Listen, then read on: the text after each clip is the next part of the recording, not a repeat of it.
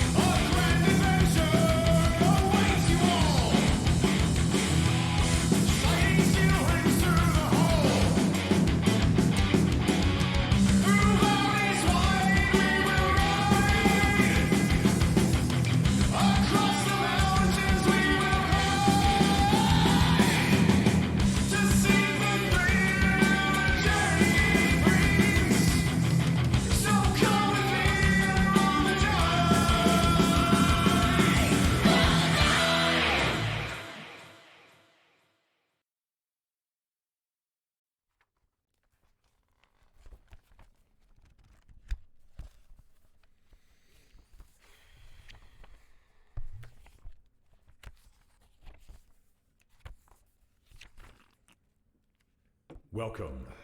You find yourselves in the town tavern. Through the typical calm pierces an unfamiliar voice. It sings news of a nefarious power. A bard to herald a call to all who would answer. Seek out this villainy and destroy it. To succeed is to achieve everlasting glory and riches beyond imagining. To fail is to lose everything. Will you answer the call? Fuck it.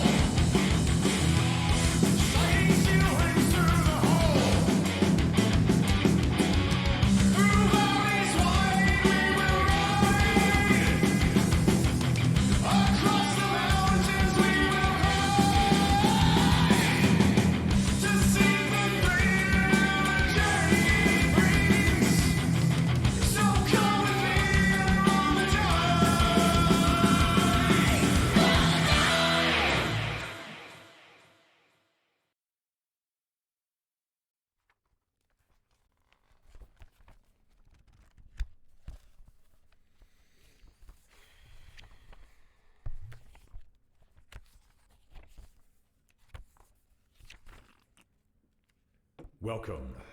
You find yourselves in the town tavern. Through the typical calm pierces an unfamiliar voice. It sings news of a nefarious power. A bard to herald a call to all who would answer. Seek out this villainy and destroy it. To succeed is to achieve everlasting glory and riches beyond imagining.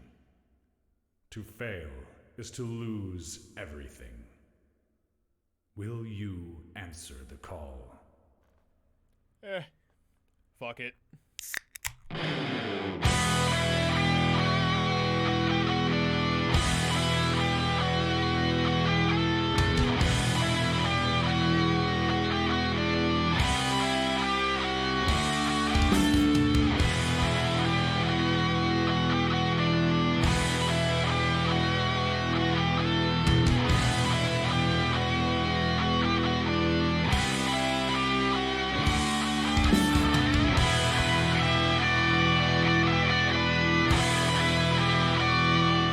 Going in, right? Well, that didn't do the stinger thing. We're live.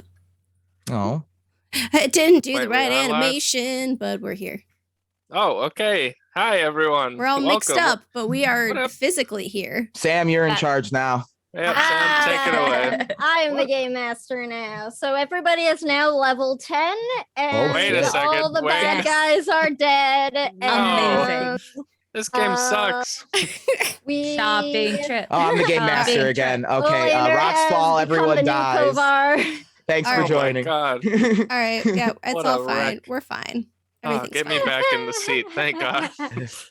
I However, don't know that what was all episode this canon. is. Oh, no. 9 of This season is 2. episode 9. Welcome. We're getting really polished and clean in season 2, as you can tell. We're great at this. Recap. So good. So, last episode, the Emerald Caravan had been hanging out in the city of Briar for a few weeks, and they realized some weird stuff was going on as the master of the house, the butler, was killed. They traced it back to basically Moonlight, which is suspicious based on everything else going on in the campaign. And they soon realized that the Moonlit King was here to ruin everyone's day again. So they pursued him through the streets. They had a really cool moving token. Thank you, Epic Isometric. And that was really sweet. That was the highlight of the session. So then they chased him all, they chased him all the way to the steps. He vanished before telling Ezara that she was in fact traced to the Darun lineage, and basically said, "See you in the city of Hex," tauntingly as he always is, and then vanished. And that's pretty much where we... Oh, then they went to see Elisa Motai, Soren's aunt, and begged her to let them into Hex. Just kidding. Oleander helped her with a spell and basically, essentially ended up holding all of Elisa Motai's like mana, her magic energy for her while she absorbed a new one so she could grow in a little bit as she is trying to learn basically the equivalent of like a 10th level forbidden spell. So that's what she's up to. So the party is ready to go. Also, we have Kate here joining us. I didn't mention that, but Kate's back, so we're happy. Hi, Yay! Kate. Hi, Kate. So just we are just happy a to small have her. note. Hello. Yeah, so we're gonna pick right up the next morning, basically, where the party... Oh, and we're missing Lucy tonight. I don't know what's going on. I'm way off the rails. We're as Sam told me earlier, we're in that weird ether between Yeah. like Christmas and New Year's where no one knows what the fuck's Yeah. really going on. And we're all nothing just We're in matters. that dot above the eye in Jeremy Barron. I was This gonna- is thank the you. dot in the Jeremy Bearimy. Like we're just kind of Yeah. drifting through the wintry but not so wintry void between holidays. Look, tonight's going to be a lot of fun, and that's what I can promise. I'm not going to promise that I remember anything that happened 2 weeks ago. So whenever mean, we you take pretty a much week got off, it. it's brutal. I mean, you It's pretty much hard. got it, you Yep. know.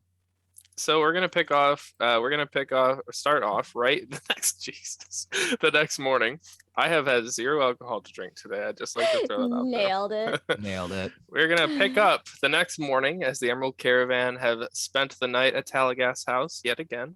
And we will introduce Kate's character in a little bit. So y'all go ahead and pick it up. I know there was a few things you wanted to do in town before you leapt into the city of Hex, but other than that, take it away. I guess sort of Oleander's already up when, because she doesn't sleep. So by the time Nah. everybody else comes down, she's prepared coffee at least. She doesn't eat, so she's not cooking for everybody, but she'll at least make coffee because she'll drink that. You'll get the respectful, thankful nod from Fenris. I was thinking before we head over to the Vive today, we should probably go and stock up on some healing potions. That's not a terrible idea, considering where we'll be going. And our general luck. I only have one left on me, so I don't know what anybody else's supply is, but it cannot hurt to have some more. At this point, Constance will enter the room. I finished the book! Oh, you did? What did you think? It was wondrous. What was your favorite part? Could you guess who it was? Oh, no, I'm afraid I'm not very good at deduction, but it was very interesting, and it all made sense in the end. Oh, right. I love the way everything can sort of fall together. If you would like, it is actually very fun to read mysteries again a second time, because if you did not get it the first time around, you can sort of pick up on all of the clues again. But if you like, I do have another book by the same author that you might enjoy, or some other books if you would like, something a little lighter, perhaps. Oh, so many options.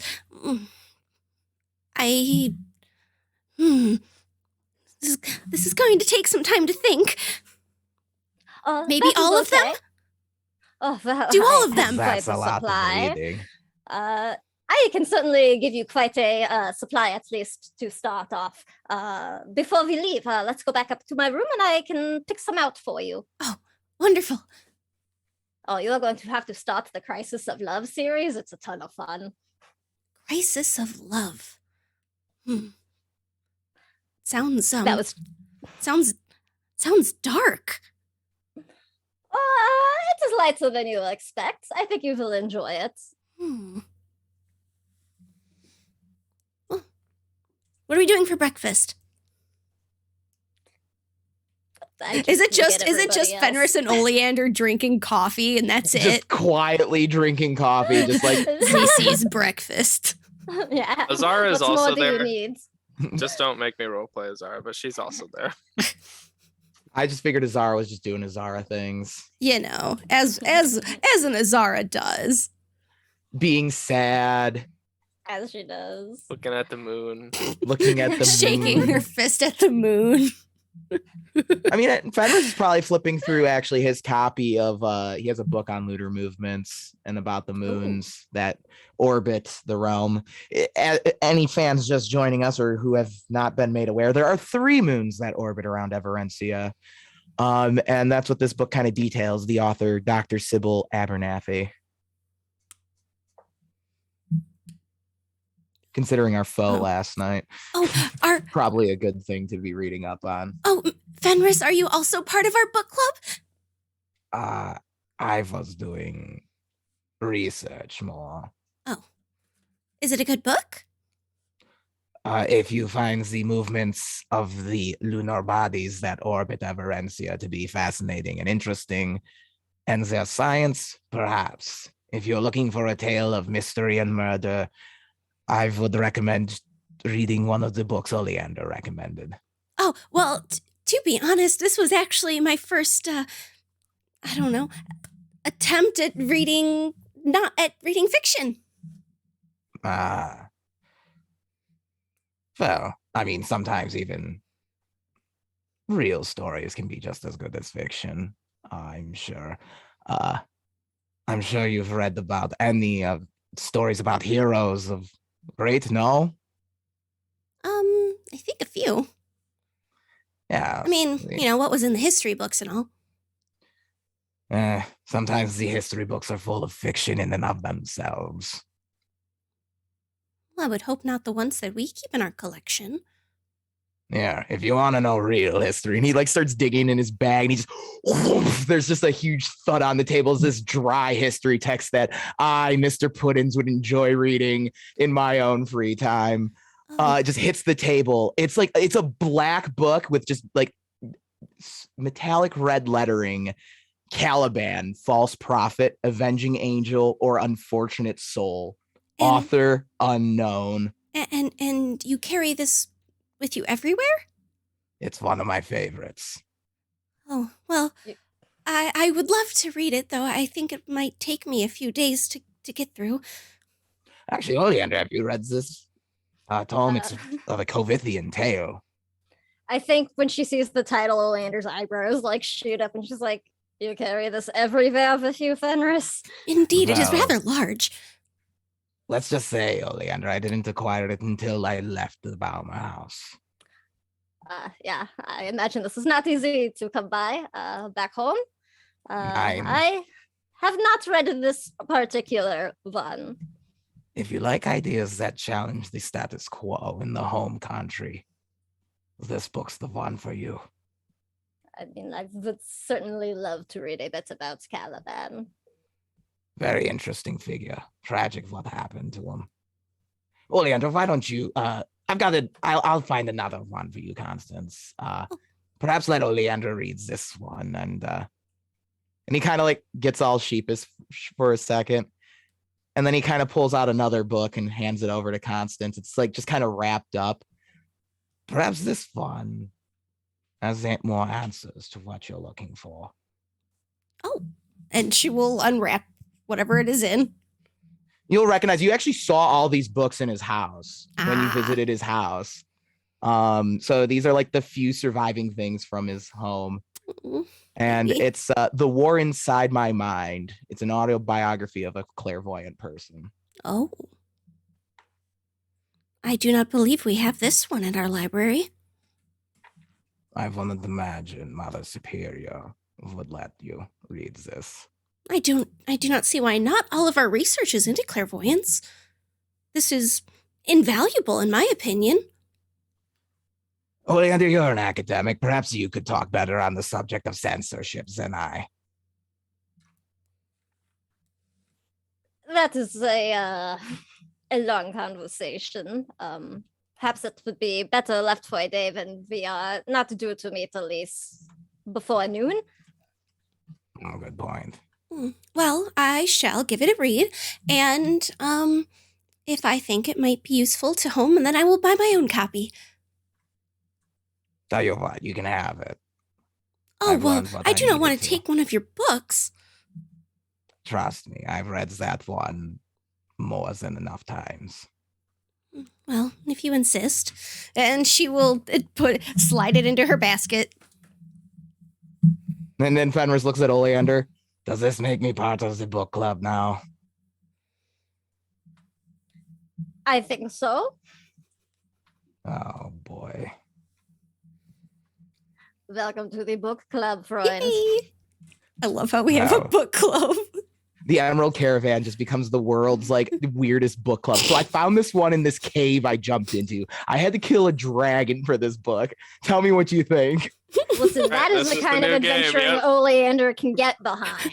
I mean, literally, that's kind of our jobs, is to go find old fucking books and bring them back. Honestly, club. that yeah, being able to like say she's working for the Oprix Academy still is kind of the only thing like keeping her like in one piece right now. We're the sisterhood of the traveling book club. You know, it's a little weird after being Kane Jax, who was just so anti-reading. Look, Shield's mom also hated books. Like, it's so weird. Now I'm playing a character who's like, ooh, I want to read books too. I'm like, wait, my character would jump in on this convo. Nerd. The whole EC, and the only EC member who's not a nerd is Soren. Let's admit it. And even he reads. All right, so you all enter out into the Briar Streets. The dome is still down as it was previously. There's a great dome over this city, and it was lowered the night previously as the Moonlit King kind of attacked the town. And you make your way through the streets. There's a bit of unease. The air is a little chillier than normal, just because it is starting to get into the chillier season. And now that that dome is down, there's no real insulation around the city anymore. You can kind of see your breath in the air a little bit, and it's kind of fun because you've been in the city for so long that you kind of have forgotten that there's an outside. The city's so large, it just kind of feels like this is what you got. This is the world. But you continue walking through the streets and make your way up to the Weave Tower. At the front desk, you see the same young man who Magnessa had just absolutely brushed past the night previously and basically pushed off the table and walked upstairs like she owned the place. You see him. He's sitting on the desk. He's a small, I think he's a gnomish man. And then you see Elise there. She's tall and strikingly beautiful. She has gray, purple skin. Her white hair, normally down all the way to the floor, is kind of tied up on the back of her head with waves rolling around her shoulders. She's wearing an elegant looking dress with some like fake fur on the top of it and everything. And she's very done up for a day taking you to Hex. So it might not be the only thing on her agenda for the day. Oh my. All right. Oleander, we did want to get some healing potions on the way over. We don't need to role play it, but if you want to tell me how much we can get and for how much, I'll dock it from the party funds. Yeah. Inside of the town after your events last night, there's probably 4 for like a slightly reduced cost of 15 silver each. So okay, cool. There's a few people who kind of saw y'all as heroes last night in some areas, so. Is that a cat I see? I see a kitty. Excellent. All right. So 15 for 4. We'll definitely grab all 4. Okay. Look at that good void. Yeah, there's a cheerful man at one of the shops, and he just gives you a smile. He's like, thanks for keeping the business open. And he just like smiles to you and hands you a little like brown bag with all 4 tucked inside of it. Oh yeah. All right, sorry, I'm just docking the gold. Who would like healing potions? Now we've got 4. Oleander has 1 right now. To be honest, I have not needed any yet. I will gladly take 1 or 2. I have 0. I have a lot of recoveries, and I can also lay hands on myself if needed. I have some stuff where I can regenerate hit points or increase my defenses as need be, but like the druid pre-transformation's a wee bit squish. Yeah, it's also handy to have them to like give to someone else. True. We are playing without Ezara tonight. This is also true. Ezara, the only reason we're all still alive. Right. Yeah. So Constance, then why don't you take 1 and Oleander will take 1, and then I'll have 2 on me. Okay. For my squishy self. Oh, I think I have 2 already, so I'll take 1 then. Okay, then take an extra 1 for you, and then you'll have 3. Yeah, because like I'm pretty mobile if I need to be. Yeah, I was gonna say. So I can like get around, and I don't have a problem wasting a turn dumping a potion into someone's gullet. Leander's more likely to be unconscious before she can get it to somebody else. So yeah, right. Look, glass cannon. That's what you are. All right, real quick in the street as well, you run into Ishrigar, and he tells you, I'm going back to Perthcrawl Peak. If you're ever in town, come seek me out. And he smiles at all of you. I think we will be sure to do that. I hope you have safe travels and good luck finding the spiky armored foe you are seeking. The glaive will be mine before week's end. And he just kind of smiles and runs off into the distance. As he's walking by, I'm totally going to just put into his front pocket, for when the road gets lonely, dear friend. I grew it at my old home. I'll save it for you. We'll have it together next time I see you. And he's just sort of like running off. He's just so much energy because he basically took 2 days vacation. Something my characters don't get. Yeah. I don't understand. What's this vacation? Wait, he had a week-long rest? Basically, on accident. Ishrigar took some downtime. Yeah. He's regenerated. He took a beating from the armored dude, so makes sense. That's true. Yeah. So you meet up with Elise as described previously. She is all dressed up today. She looks at you. You're late. Apologies. We wanted to make sure we were well supplied before we headed into the city. Just kidding. We didn't set a time. You're really not getting this. And she just like walks out the door. It's later in the day, and I'm like looking at the clock. Like I wanted to be whatever. It's fine. She walks out and she has gloves on that kind of come all the way up to like her elbow basically. She's like, all right, I don't really have time for this today, but since you did me a favor, just brace yourself for what you're gonna see.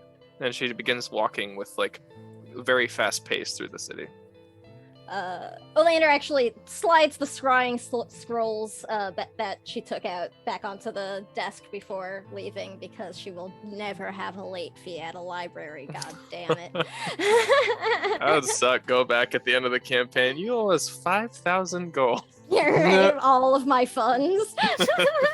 Hope you had a good campaign. You're gonna have to pawn off all that cool magic equipment now. Most DMs would just have the baddies steal from you. We make it a surcharge on the Yeah, late we just add late fees. The real enemy is capitalism. It's just like Jason Statham is hired to hunt down the fucking party. Jesus. Alright, so Elise winds you through the city. You're kind of going towards the back right of the city, and you can kind of see like it's getting a little seedier in this area. And you can actually see Lord Ericat's manor that you had previously helped, and you actually go past that. So you're going like way out into like the outer walls essentially. Okay. She winds you around the streets for a while. It's very cold here, colder in temperature than everything else, and you can almost see the city. Like you can kind of feel the grimstone crunch beneath your feet. You feel as if this maybe it's not always been a seedy area, but has become one. All right. As we're sort of walking, Lander's gonna be like, what sort of things exactly should we be bracing ourselves for? I would appreciate any sort of information you can give us before we arrive. Any customs we should maybe be aware of? Customs. Keep your wits about you. Keep your name to yourself. People will use that against you. Good to know. Try not to seem too attached to one another, or they'll hold you over each other. Oh dear. I should tell you because you are friends of Soren, most of you. We do have a contact there. His name is Dutch. You can seek him out and tell him I sent you. Where should we go to seek him? Can you tell us that much? No, the city changes every few months, and I haven't been there for several years. I'm sorry. I would help if I could. I appreciate having a name for a starting point. Are we Well, going to need? how much can a city really change? My dear, the city changes every few months as kind of a defense mechanism in and of itself, so people can hide and myths can slip away into legend and be forgotten or remembered. This is not a normal city, Constance. So other cities do not do this. Typically. Okay, that would make things much more confusing for me. Briar has never changed yet. Oh, that is a relief, at least. Will we need to secure some sort of magical transport back from there to Briar, or is there some way we will at least be able to pay for it? Is there a service? We tug on a silver cord, then we end up back here. If only it were that simple. Dutch will help you out. Ezara, just show him that ring. Excellent. Well, thank you. Yes. And you can see that Elise's demeanor is like a little softened to like she's a little less grumpy, high mage to you all, and kind of like, these people are okay. Elise, a question, if I may. Mm-hmm. So you said this is a city where curses were born. Yes. Yes. What kind of power does it hold over someone? Then he kind of just like gets all sheepish. Who has a curse? You're going to have a terrible time. Good to know. And just starts just lighting up like, okay. But I imagine you're going here for a good reason, even if you haven't provided it to me. So it might be worth it. I would like to think it is. Well, Caravan, I would like to assure you that I will do my very best to make sure none of us have a bad time. Thank you very much. I will protect us all. Keep them close to you, Constance. And she smiles as she like winds the last corner, and she takes this hard right across this like really like seedy house, and just boards are ripped off of it. There's like an extra doorway that's not really supposed to be there just because it's so destroyed and dilapidated. And she walks down this, at the end of this alley is like this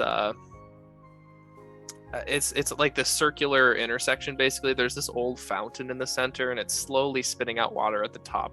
Some sort of old like myth sea creature is kind of the centerpiece of this fountain, and there's vines kind of growing over it. This seems to be kind of the forgotten area of the city. And around the corner, or around behind the fountain, you hear like creaking as someone rises at your approach. And in front of you, you see this individual. They're wearing this plague doctor mask. That's the thing you instantly see. It's strapped across their face, long. On their back, they have some sort of backpack that you can't really see. They're wearing like long black, just simple clothing, and there's like steam coming out of the back of their backpack on the back of them. Elise walks up with purpose in her fancy like ball gown, basically at noon in the seedy part of town. And she says, I believe they have an invitation. And he watches this plague doctor. He nods slowly, and he understands, and he slowly begins unstrapping his backpack. And she says, all right, dear, walk into the city and you're good. And she begins like walking away. She says, good luck, don't die. I hope to see you again, maybe. We shall not. Good. Okay. And, Honestly, talking about a place like that is no way to get tourists. That's I don't kind of I the don't point. think they want them. any. How else does their city have income? I don't think Magic. that is a concern for them. I would guess it has to do with the curses. I think there are lots of ways to make income for those who are here. Just make sure to pay attention to your coin purses. Just hands Oleander the meager 70 silver that he has. I think it would be better if you just held on to this. I have been proven to be terrible with money, or at least keeping an eye on it. And then he looks at Will. Kipper. You were worth it. He's just panting. Just scowls at the freaking Drake thing. Like, I will do my best. And she has like sort of dispersed the party funds into like a bunch of different bags and like different places, just so like if something Nice. gets poxed, they won't get it all at once at least. Put it all in Ida's harness. Yeah, A just lot of tuck it, some of it is in there in like different pockets too. Because seriously, double fuck you if you pickpocket a service animal. Yeah, that's fucked up. That's just what is wrong with you? Instantly sent to Gehenna. Oh, I was just gonna say that's a one-way first-class ticket to hell right there. Yeah, you're done.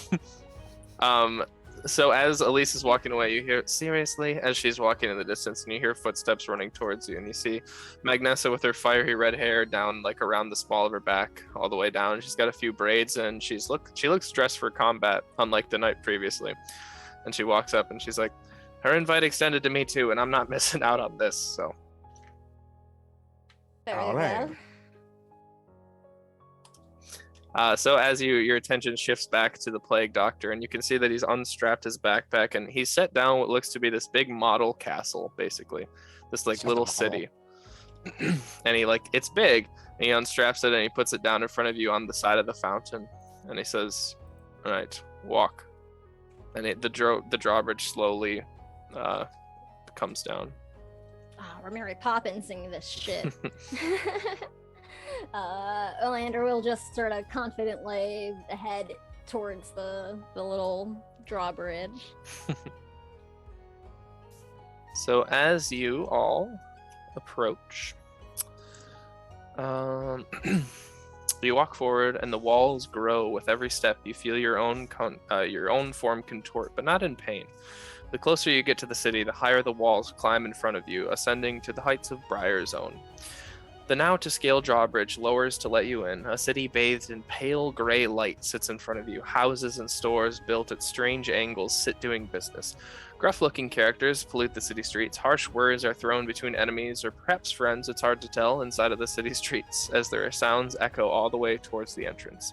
Above you, a heavenly body sits strangely close to the town. A pale gray moon with tendrils of gray negative energy drifts listlessly towards the city. The blue marble floors of Briar are entirely replaced by a smooth black and gray stone. Grimstone lines every single street and building. Welcome to the city of Hex. Goody. So as you turn around, you look back, and Magnessa and Ezara, nowhere to be found. They definitely passed the drawbridge with you, and they're gone. In their place, instead, sits a little cat. And Kate, if you want to introduce your character. Your cat picture. That was no, never mind. Cat. Forget I said It was that. there. It was almost there. Forget I said anything, please. You're muted somewhere, Kate. Am I? Not Oh, there you anymore. are. You're good now. Okay. That was weird. Sitting before you, you see just this small. It would.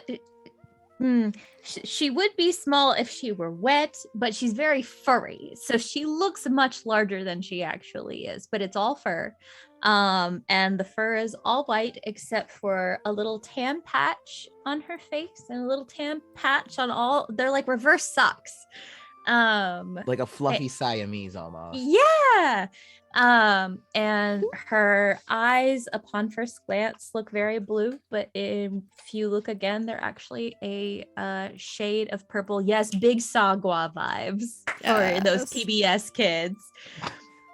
Big Sagwa vibes.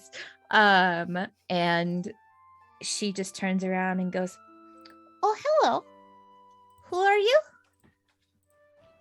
Fenris is just instinctively just like already crouched down. So Virwen, because I know things about the setting because I helped build it, you've never seen this kind of person before. They have Yeah, why don't you all describe your character?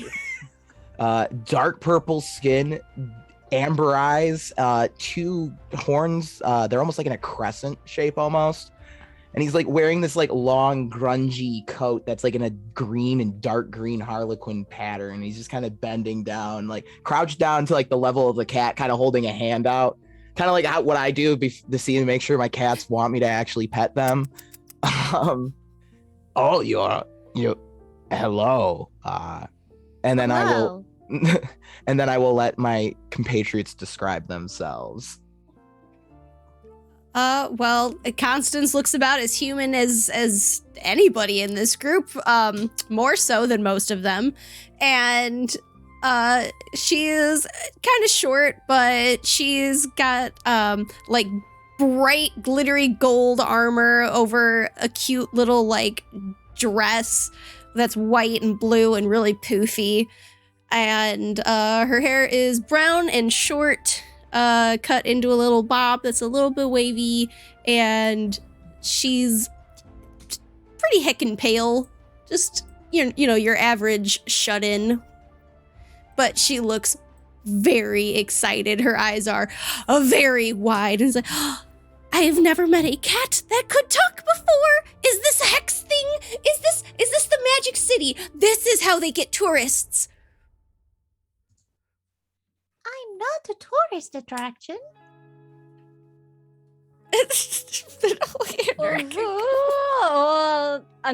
Apologies, but what are you? I've never met a talking cat. And you see Oleander is a very small and sort of sickly, thin and pale woman in her early 20s with her skin is slightly tinged gray, but there's also like a slight luminescence to it, as well as to her long, wavy, very yellow hair that's partially up in elegant braids. She's wearing a very Victorian-esque gown with like a high neck and, you know, kind of big sleeves and long fitted sleeves otherwise.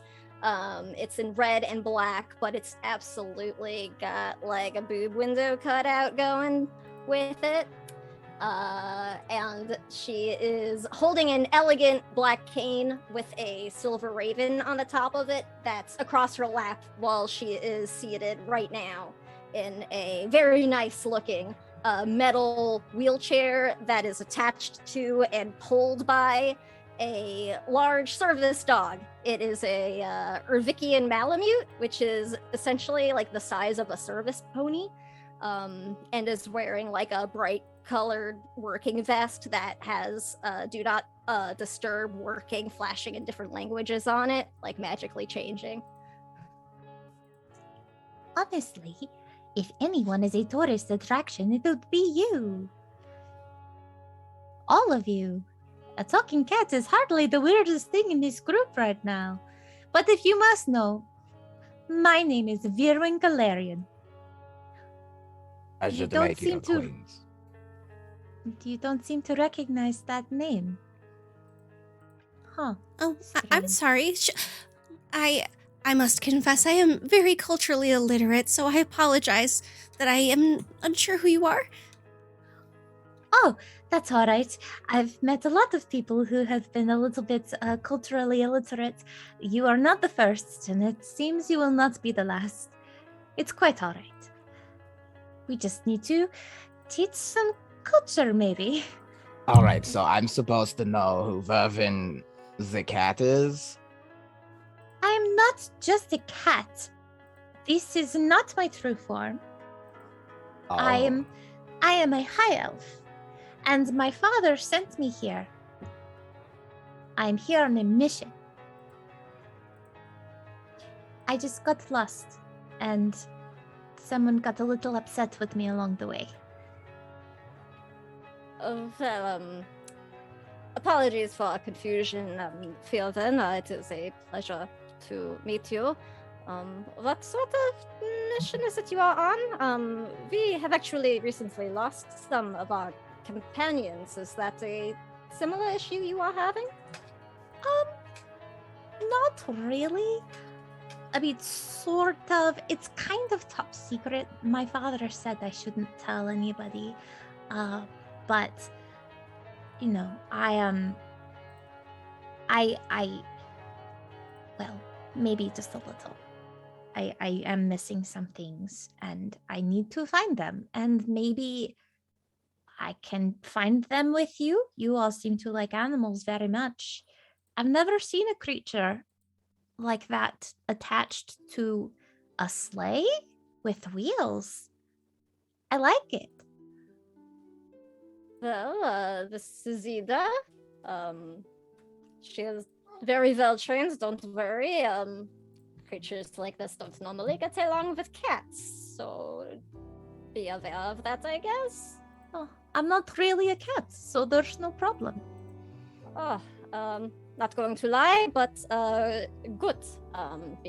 Because I sort of have a bit of a allergy. And Leander's like rubbing at her eyes, smearing her makeup, and then immediately prestidigitationing it back. Ooh. I love her. Just fun fact, I thought it would be fun to make her allergic to cats since, you know, I played Emmy last. Amazing. Well, I don't see the harm in aiding you and at least reattaining your true form. Being cursed is not an enjoyable experience. No, not particularly. Although this is actually probably one of the easier things that's happened to me. Yeah, it's difficult. You know, truth be told, my father sent me through time. I've come from through my research, about 2,000 years or so. It's going to be a lot more than that. It's almost like shit. 4,000 or 6,000 years. Oh, shit. Yeah, we're talking like far back. Fuck. Okay. Yeah. Scratch that. 6,000 years. She said 6,000 years. Kate didn't know. Fenris just looks back at Oleander and Constance like, and well, you know, considering I am clairvoyant, I am not one to judge your life story. Oh, Well, yes. I appreciate that. We are all different than most people, I suppose, though it is quite difficult to explain clairvoyance to non-clairvoyants, in my experience. Oh, well, I've also learned that it's difficult to explain how I'm not actually a cat to people who haven't been turned into cats. So, it happens. I turn into animals on a regular basis. Do you really? There Yeah. was a time that others of us turned into animals for a short time. Actually, I wonder if it is a similar phenomenon to what you are experiencing. But that aside, you say you have come forward about 6,000 years? When exactly were you born? Where are you from? Can you give us few more specifics about how it is exactly you came to be here and the nature of your mission? Oleander's eyes have lit up. Sure. Well, I was born kind of out in the country. You may What know- country? Which country would this be? You don't sound Covethian. Kate, the accent that Oleander and Fenris speak in is the barbarian's accent. Amazing. Holy shit. Well, what country was she born in? Holy She shit, was born in, you would know it as the Alfenheim Empire. Okay. Cool. Well, I was born out in my family's country home in the Alfenheim Empire. They haven't existed for like 5,000 years. Yes, I said I came from about 6,000 years ago. That would, make sense. No, I'm just Well- sorry. I'm just very. That was rather rude, Mr. Fenris. I'm not trying to be rude. I'm just very fascinated and yet confuzzled by this whole sordid tale. How would I like it if you told me that your whole entire family was dead and then I just said, oh, well, of course, that was so many years ago. Oh, well, I mean, they aren't dead to me. My father, he is very high-ranking in the government. Do you know Laurel Artel-Kessir? Constance, you know that name. Would I? That was the lich you ran into in the severed hand. Oh, He's the one that sent you to go after the heart of life. He's Ezara's ancient ancestor. oh, Oleander's like, no. Yeah, Fenris is like, no. it sounds familiar. Yeah, I think actually, I think we are on a mission from him. Strangely enough. Are you? Oh, I wonder Are if it's the same mission. Wait, this Laurel Artel-Kessir, which I do apologize. I've never ran into this situation myself. I'm not trying to be rude. I'm just trying to wrap my head around the fact that you've jumped 6,000 years into the future. That seems to be happening a lot. No worries. You mean to tell me your father, that Virwen's father, who was older than Virwen, is still alive?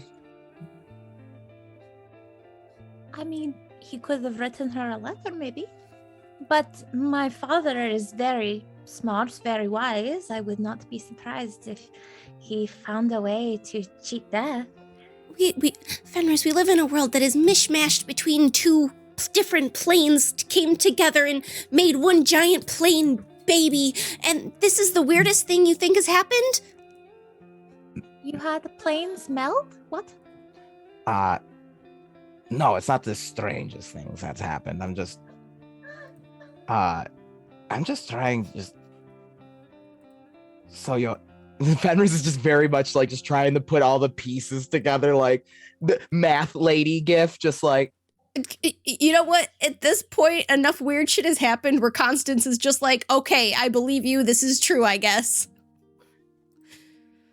but Constance, you said you actually spoke to this Artel-Kessir, right? Oh, yes, we are. That is why we are looking for the hearts. Oh. They are the one who put you on this path. I thought it was your mother superior. Well, Mother Superior sent me out into the world to fulfill my mission of restoring the planes to their original, separate forms, and, there are a lot of steps in between. So your mission, Virwen, you've been sent. It must be very important if you've been sent sent thousands of years into the future. Oh, yes. I'm looking for someone. I'm looking for someone named Ezara. Wait a minute. You mean Ezara Solaris? I don't know that name. Ezara is Sylvan for Ezara Solaris. That's our compatriot. One who we have sort of lost in transit, it seems. Oh dear. Well, they should really work on your transit system then. That is not our transit system. Although it seems you did not arrive without your own complications. No, I arrived correctly. I just said the wrong words to someone and they got mad. Oh, Perhaps they could reverse your curse if they're the ones who got mad. They said I need to apparently learn my lesson. They did not take kindly to me talking to them. I'm actually a high elf, and so high elves are the pinnacle of life, and so I was just speaking to them as a high elf would speak to anyone, and they got upset. I don't understand still, but I don't know how to undo it. well, how does a high elf speak to people? I do not believe they have ever spoken to me any different than you have right now. Oh, well, I've been trying to learn how others speak to each other now. It's very different, but high elves are really the only people who have any sort of ownership, or we're the best of the best. I can see as this individual. And like total change in disposition on Fenris's end. Just, I can see where this individual was upset at you now. I'm learning. I did not know. It was I'm only 700 years old. Like, okay, I'm not really 700 years old. I'm more like 400 years old. But I'm still learning, and that's all I've ever known.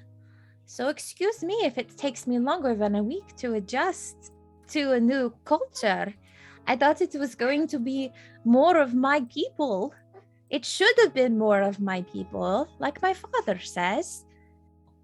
I do apologize. Where you think your birth puts you in a higher station in the cosmos, many would tell me that mine puts me at a much lower place amongst the cosmos. Generally speaking, in the current culture, talking like you're better than everyone is a surefire way to not make friends. To get turned into a cat, apparently. Apparently. Oh, well, yeah, I've heard this, and I'm learning it, and I still slip up every now and again. And in her head, she's like scratching her cheek, but because she's a cat, she's like moving her whiskers like a cat does. There's a bit of a learning curve, and it's difficult, and obviously over 6,000 years things are sure to change. I just thought they would change in a different direction, or stay in the current direction that I was used to. I was apparently wrong.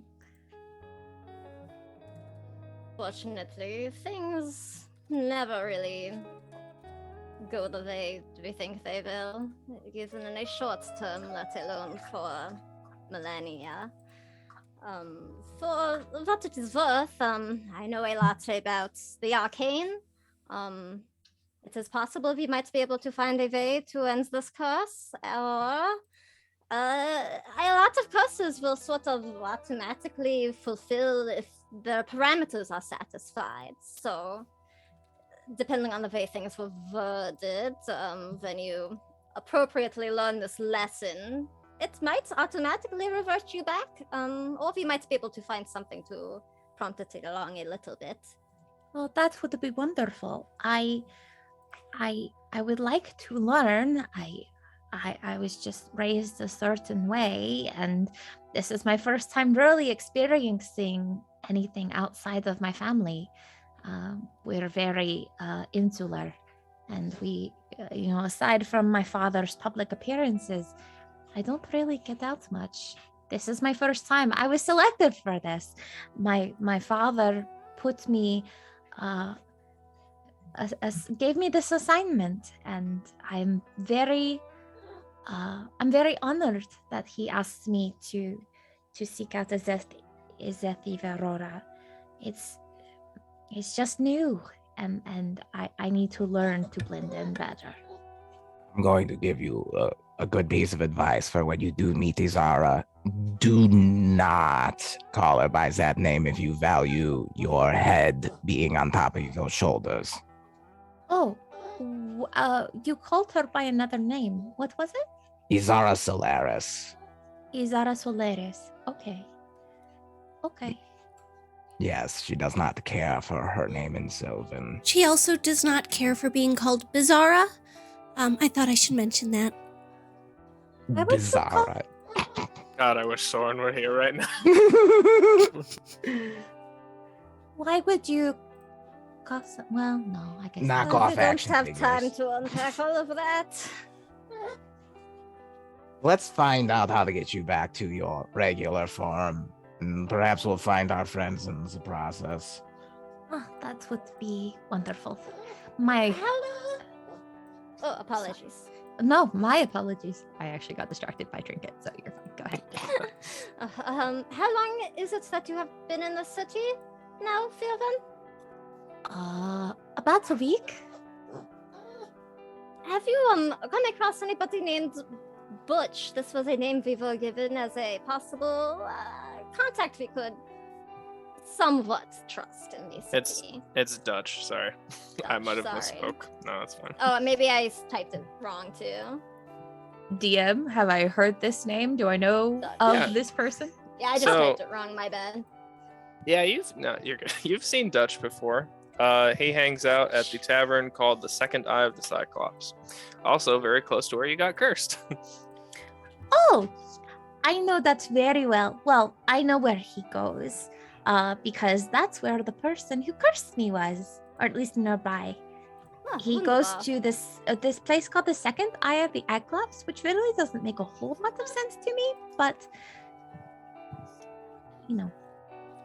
A lot of tavern names are weird like that. Oh, it's a tavern. I never went Sounds like it. inside. I've never been in one. We I should could certainly be probably incorrect. find Ezara before meeting with this Dutch, because Elise told us we would need the ring. And Yeah, we should. Perhaps we should Ezara wait. is already there. Sorry, what was that? No, I was agreeing. We should wait. Well, that is certainly possible. She knew though to go and meet this Dutch, so it is possible also that she and Magnessa are already there. Magnessa is also in the organization. She might be able to find it a lot quicker. True. Yeah, we should go that way first then. Oleander's right. If they're not there, we can go and look for Ezara if we're not able to convince them otherwise. So it's worth noting this is not a friendly place. As you walk around, people are sneering at you, and some of them like actively kick mud towards you just to be assholes. There's no reason. They're just the worst.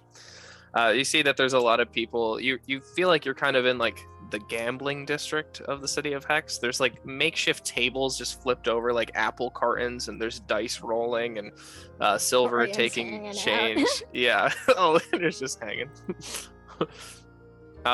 Yeah, so you continue walking through, and it's very sketchy, but not even the same type of like watcher sketchy that you've almost come accustomed to at this point. It's like these people will probably kill you if you look at them wrong.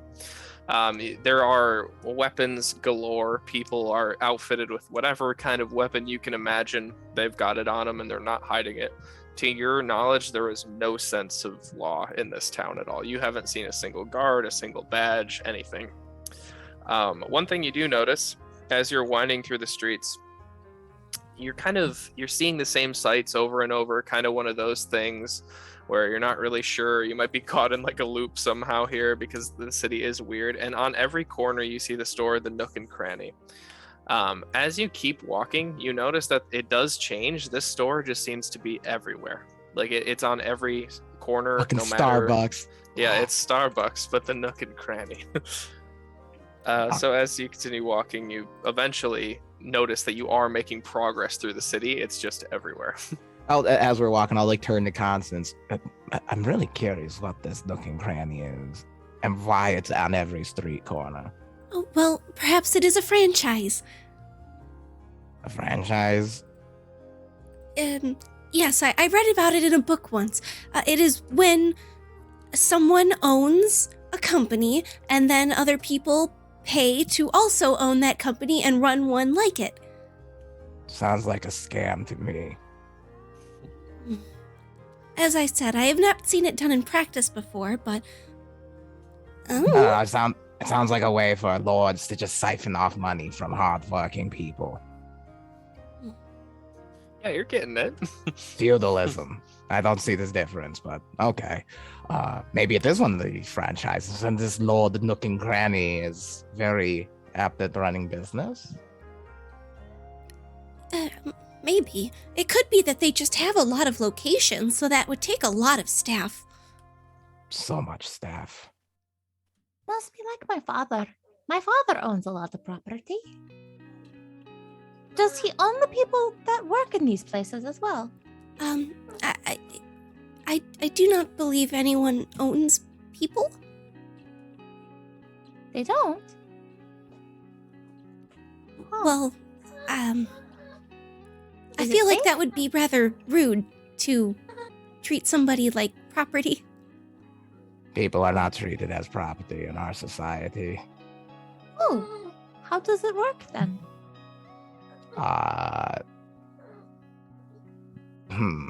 People choose. One long and serious discussion about Yep. the current political affairs in the world later. Perfect. Amazing. Huh, that's very interesting. So, essentially, there still is slavery, but it's just disguised as low wages? Now you're getting it. Ah, I see. Okay. At this point, I would have asked if I could like drape myself around him like a scarf. Oh, Just so it absolutely. would Absolutely. be easier to not only converse, but I do not have to walk anymore. Absolutely. Fenris loves it. You pick the druid. He loves animals. You're getting scritches the whole time. Amazing.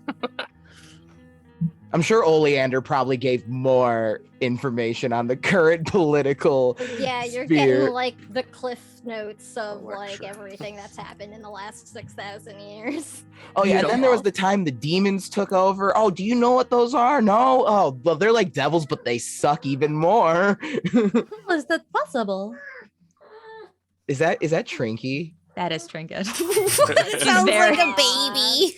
It She's very really mad at me. does. She's very mad. A very What a grumpy baby. child. What I a know, sweet she- potato. She wants to go outside. She's very angry about it. Hi. You're so angry. So angry. So angry. She I even love went that out dog. when I took out Ryder, so she shouldn't be angry. All right, fuck it. I'm gonna look in the window of one of these nook and cranny stores as we're passing one. Not like walk up to it, but just try and see like what's in the window. Like what kind of I fucking will do store the is same this? because I am at eye level with him. Because I have no choice. You look inside and there's just like these like makeshift shelves, basically rickety and old, barely hung together, but there's all sorts of weird shit on these. You see like like eyeballs in jars, the classic, and then you see like these like cloaks and rugs kind of hanging over the sides of the shelves. There's no real organizational pattern here, but you do see weapons and things like that, and just like these weird potions. They look like health potions, but they have like black matter floating in it, there's just all sorts of weird shit here. It looks like one of those strange shops that Constance, I think you're onto something. Did one of these magic item pawn shops franchise here?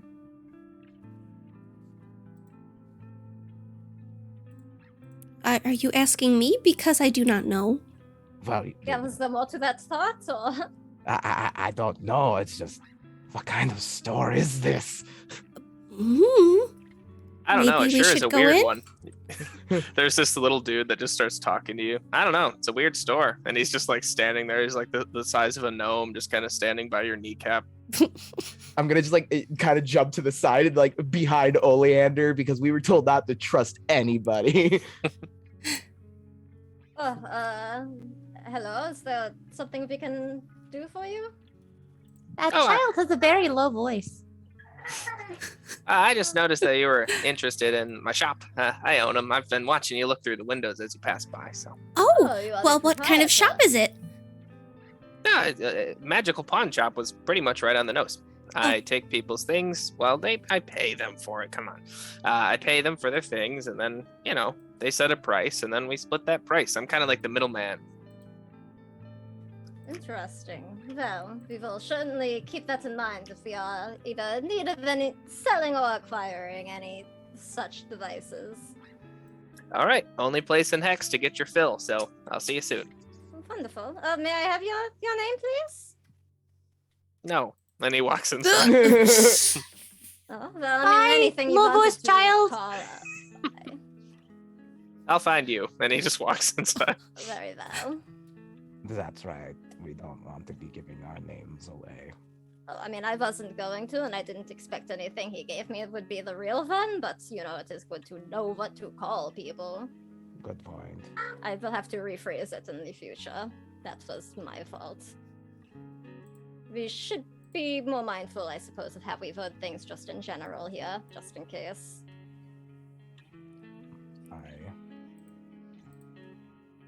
So you continue through, passing the nook and cranny. You see it like 3 or 4 times before eventually it's not on the corner anymore. Maybe the proprietor got the hint that you're not interested at the current moment and eventually started fading it Oh away my from god, you. it's like the freaking dream ads in Futurama. And you walk around the corner, there's this long sloping left turn to the city, and you see these like on the hill behind you. You can't quite access them now because there's these like wrought iron fences between you and everything, and there's these mansions, but they're completely made of like onyx stone, and there's this like dozens of these mansions, all slightly different. It does kind of have like the where the houses kind of all look the same. There's a word for that, but they're a little different. Cookie cutter. Yeah, they're kind of cookie cutter, but there's Bird little wives. yeah, there you go. There's a little flair to them, and there's banners for certain insignias and houses and things like that. Most of them look pretty abandoned, but there are a few with candlelight in the window. You continue walking, and eventually you make it to the second eye of the Cyclops. Instead of a sign, there's just an eyeball, and you're like, wow, this has got to be the place. And there's people gambling out front, just as you had seen. It's one of the only buildings with light inside of it, like the pale gray moon above you, not one of Everencia's moons, somewhere in between. Seems to be kind of the main source of light people use, but this is one of the only lit establishments, so you're like, well, that has to be it. But it's pretty rowdy. There's not music per se, and there's not partying, but you get the feeling that this isn't really the city for that, and everyone's kind of sad. There's just a funeral dirge playing. Yeah. It's rowdy in the sense that it's busy, not that it's exciting. Right. All right. I imagine there's no sign of Ezara or Magnessa when we're there. Like, Olander will sort of, try to look around. Yeah, you can peek your head inside, and you don't really see much. You see somebody with like fiery red hair like Magnessa, and she turns around and it's not her.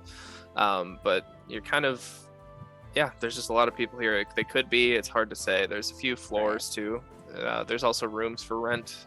Could be in one of those.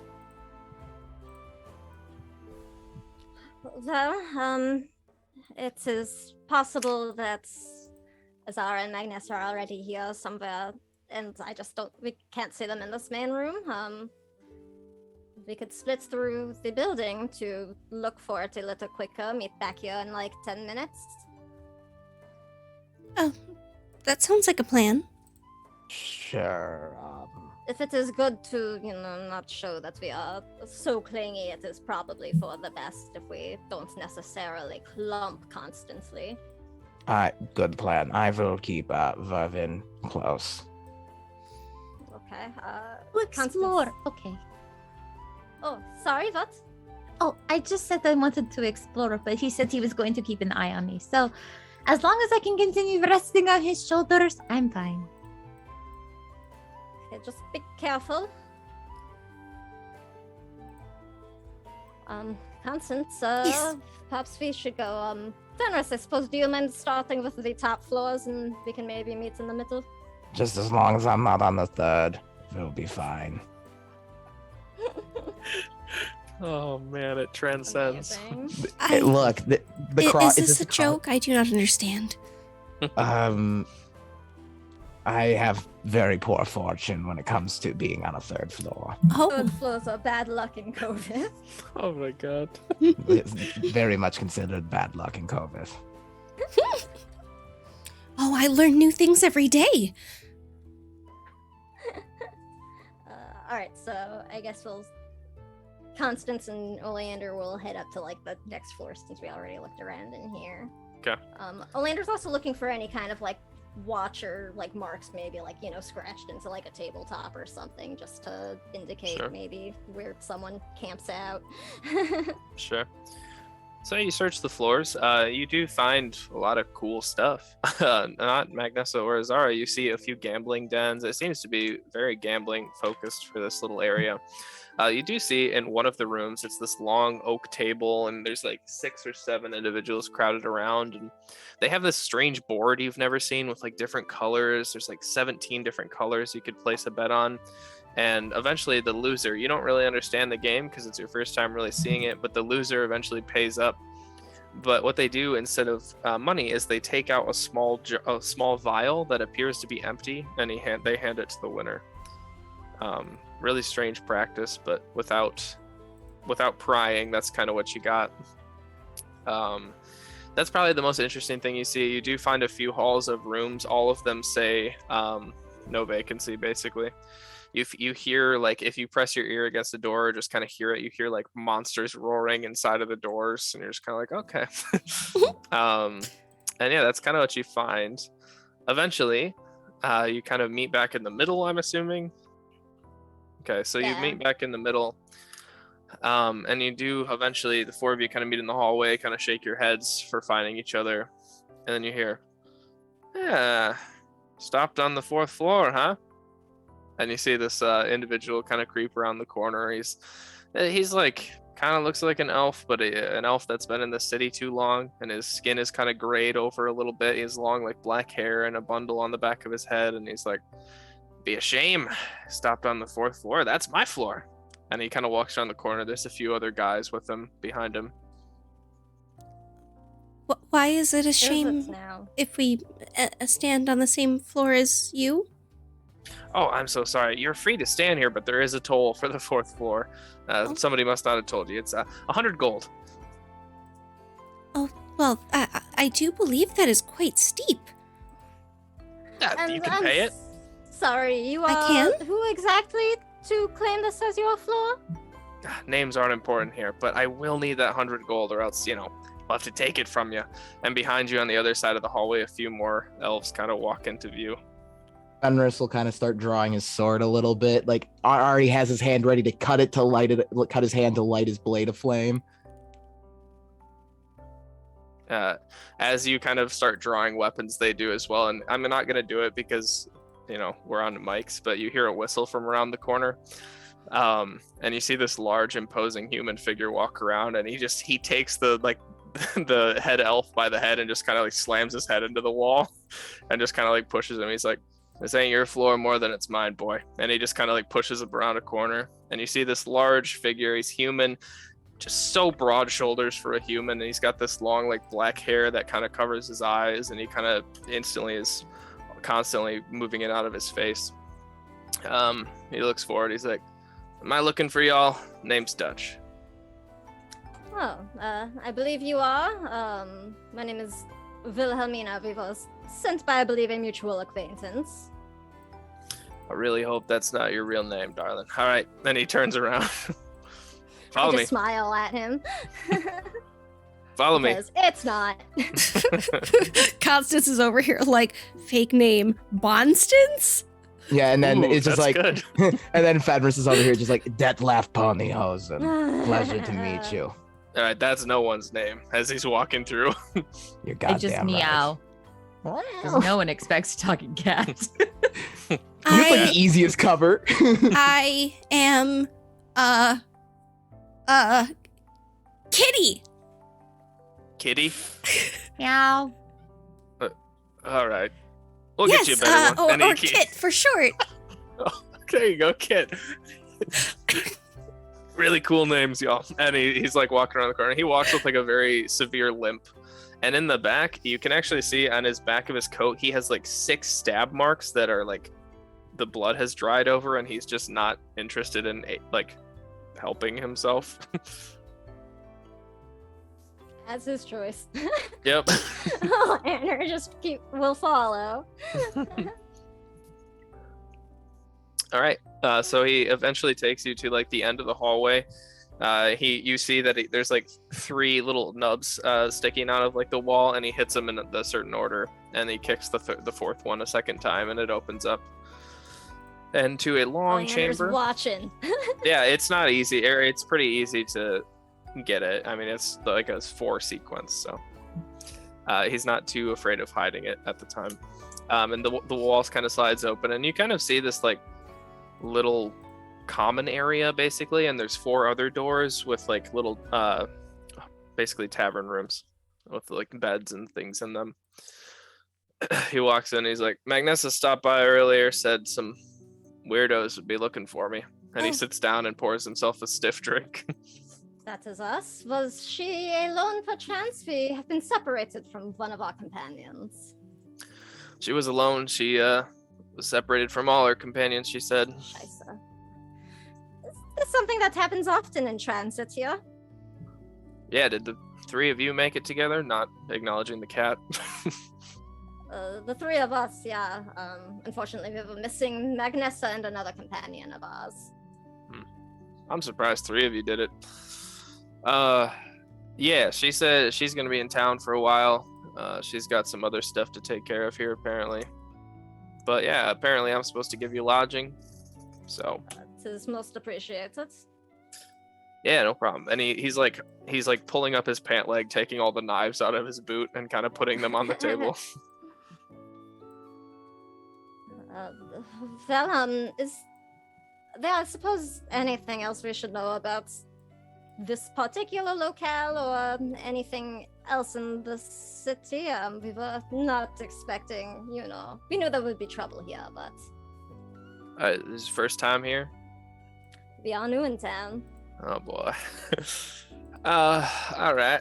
Well, you already know that you need an invite to get in. That's step 1. So, don't be out on the streets past the bell toll. Bell tolls twice, one with 2 hours left, one with 1 hour left. If you're out on the 3rd bell, you die.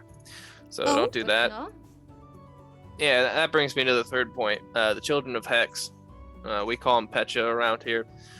They're like child-sized, like gray monsters, basically. They're born of negative or malicious acts that people in Hex have done. Thoughts or feeling that people bring to them to the city. There's all sorts of reasons they can be born. There aren't a lot of rules around here, as I'm sure you've noticed, but everyone kind of works together to make sure that the Pecha never escape this dimension. If they were back on the material plane, I don't even want to think about it. So wait, what are they called? the Pecha, Pecha? P-E-C-H-A, yeah. Okay. Pecha. Or the Children of Hex, either one. Oh, that is very good to know. We had not been aware of that system. Yeah, that's also the reason why you can't be out at night, because swarms of them bathe in the street and they'll come get you. So. Well, we do not want them to get us. Or anything to Indeed. get us. That would... I do not think we would like that. Yeah, they kind of feed on positive emotion, and y'all could be the saddest sacks in the world, but you're happier than anyone here, I promise Look that. over at Constance. Yup, pointedly looking at Constance. Like, oh boy. It's a good thing I don't have much joy left in my life then, huh? Yeah, that's what you think, but you're happier than the happiest person in Hex. Hex will do that to you. Yeah, I find life will do that to you too, so. All right. Well, And he that is passes Novia you a from drink. the Empire. Dutch, well, okay, that's a tiefling from COVID, all right. Look, I've been here a long time. Let's see. How much time do we have now before these bells begin tolling? Oh, I'd say you got a few hours, but time does work a little wonky here, so I don't really know what that means to you. I don't even know how to equate it anymore. I've been here so long. I've read theories of Jeremy Baramy. Very fascinating work. I highly recommend it. Oh yeah, he was a very powerful mage. I say mostly for the benefit of Virwen. Something like that. Good old Archmage Jeremy Baramy. Chronomancer. There you Chronomancer go. Jeremy. All right, Why well, am I the way I am? I'm the one who brought it up. one other thing. Is it true that Soren's dead? I've been here for years, so. Well, I certainly hope not, but very well could be.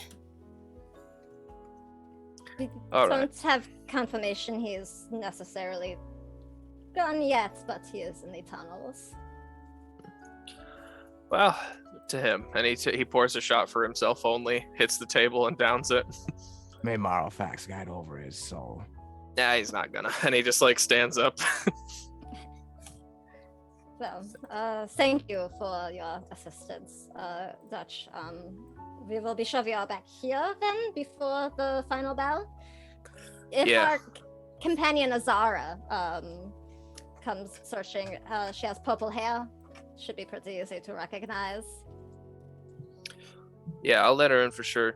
If you find her, make sure you tell her about the nighttime thing, because that would really suck Yeah. if that was the way to go. Yeah. We should hurry and try to make sure that we find her before it becomes a concern. I'm not sure if this will help or not, but I will point you in the direction of Milldrop Manor. It's one of the manors. Sometimes people get lost up there. Okay. That is helpful. Is it one of the occupied ones? I noticed many seemed to be rather abandoned. Hasn't been for a long time. Good to know. Thank you. Yeah. Oh, stay far away from Locke's Manor too. Locke's Manor. Why is that? Mr. Lockland is the only warlock to ever escape a pact with Nock, and he's not a pleasant dude. So To escape a pact. even the Pecha no. stay away from his manor. So Very well. Thank you. there's no happiness left in there. All right. Good luck, y'all. Oh, Dankeschön. thank you. As we walk out, I just turn around and go, "Thank you very much." What the fuck? And the door just. I was actually gonna ask him Sure. let's say Ezara got turned into a cat, who would have done Let's that? just- Like I was gonna let's frame it say- like Just hypothetically. hypothetically speaking, let's say Ezara was turned into a cat Is there some with a penchant for turning people into animals in the to city? teach them a lesson. I mean, Maybe Dutch Virwen knows he's knows been here for a who- while. Everyone knows who cursed her. Yeah, that's a good point. All right, onward and upward. So you gonna head towards Milldrop Manor, or are you gonna just search around? I feel like Milldrop Manor's our only real lead. I don't. Yeah, I don't know why. we'd go Oleander at anywhere least else. doesn't want to go snooping around like the city too much, especially knowing there's a time limit. For sure. Okay, so you head out towards the iron fences that you saw before, because that's really the only way you knew how to get into the manor district. You walk in and you do see that the few that are candlelit, they seem to have like nice parties going on. There's ballroom dancing and things through the windows. If you linger too long though, all of the appearances shift a bit and become a little bit more monstrous of the party goers, and you kind of get the sense that maybe this isn't my party. Also, if you look for too long, the steps seem to be identical, almost as if like an old memory or a vision or an illusion is playing out. So you continue through. You do eventually see Locke's Manor, and it is just like barred up, no entry. Even the pathway, the cobblestone paths are like undug up, and it's just this big mess of like grass and dying plants around his house that he's trying to make a physical barrier between him and the rest of the world, even inside of Hex. But you do eventually see Mildrop Manor. It's an older manor. It's one of the older ones. You can see that they all, even though they're similar, they were constructed at different times. Some of them are free of decay and things of that nature, but this one is dilapidated a little bit. Some of the boards are falling off. There's a few broken windows here and there. It's a little spooky. It's probably less haunted than Lord Ericat's manor, though, and you've already dealt with that, so. Awesome. I suppose perhaps we should search around the grounds first, and then inside, if it is abandoned, I feel we don't need to worry too much, in terms of rudeness for trespassing. Oh, fair enough. And I really hope never to come back here again anyway. Yeah, it is. Don't think this is a city I would want to visit more than once. Trespassing if just a random cat walks along the grounds? This is true. Is that trinket still? Ryder is. Oh my god! Oh, the squeaky baby. Oh, he's chewing on a squeaky toy. It is a squeaky toy. It is. Jeez.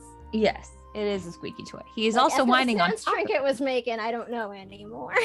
I don't know what's real. They're both very whiny babies. I don't know how I did that, but it's fine. Two whiners. Yeah. Well, I don't know if we need to stand on ceremony anyway. But perhaps it would be a good idea, Virwen, if you don't mind doing a sort of cursory tour. No, To, not at all. just see if there's something perhaps we should be aware of before we go in. Sure. Is there anything in particular you're looking for? Our friend Ezara, as I said, she has purple hair and is wearing all white. She will stick out like a sore thumb here. She's Which is more imperative we find her. Sure. Okay. I'll be right back. Don't be safe. I'm a cat. I'll be fine. And I will what I think is graceful is more of like a cat that is falling on its back that is trying to flip over before it lands on its feet. Or like someone dropped it and they're falling down and they try to do the flip in midair before they land. It is not graceful, but I think it's graceful. And then I recover, as most cats do, play it off like nothing happened, and then very quickly make my way around the perimeter and do some investigation. Just outside for now? Just outside for now. I do want to look for ways in that are at least cat-sized. Okay. So you... No, go ahead. Oh, I was just going to say, as a quick reminder of cat physiology, anything that cats can fit their head into, they can fit their whole body into, because cats don't have collarbones. If it fits, they sits. No, Because Esri's cats. pretty round. Yeah, Petey's a pretty large girl. It is actually amazing watching Ezra like try to squeeze under the couch right now, because it's like a Winnie the Pooh in the honey tree kind of scene. It's awesome. Amazing. So You good. can do it, but there's no guarantee she'll come back out again. Well, very I'm much in one here of them. now. Well, this is life. I Well, live here I guess I now. live here. She's a good round baby. Okay, so Virwen, you look around the perimeter and you do find a few entryways that a little cat could fit into. It is, there's one on the roof, so it's an easy climb up there in cat form to just duck in. Also, there's a few like into the basement level. You kind of stick your head in for curiosity, and there's really nothing going on in the basement. It's just kind of abandoned. There's almost like a cave in on one wall as the cobblestone is just kind of like fallen into like a slide, basically. And you do hear, as you stick your head in though, you do hear footsteps on the floor above. Are there any windows for the floor above? Yep. Yeah, so you climb up, scurry up to a little windowsill and kind of press I don't want to hop up because I am all light mostly. Oh, true. I Yeah. also would stick out very badly, so I'm gonna stand up on my little kitty tippy toes, Oh. and I'm gonna just peer over the windowsill So you kind of peek up a little bit, standing up in cat like a form, little and Victorian child ghost. you do see the tail ends of like a white cloak. It is like a little foggy and cracked, and it's hard to kind of see into the window, especially just kind of like on the end of it, or on the bottom of it. And you do see like the tail end of a white cloak walking around a corner, and then you see another form with these like large black boots that they're wearing, and you just hear thump, thump, thump as they walk across the dilapidated wood floor. I will then follow the direction of the footsteps on the windowsills. So I will jump up onto the windowsills because they said she wears white. So I'm gonna follow because it could be her. So you watch as you do see a individual again in the white cloak.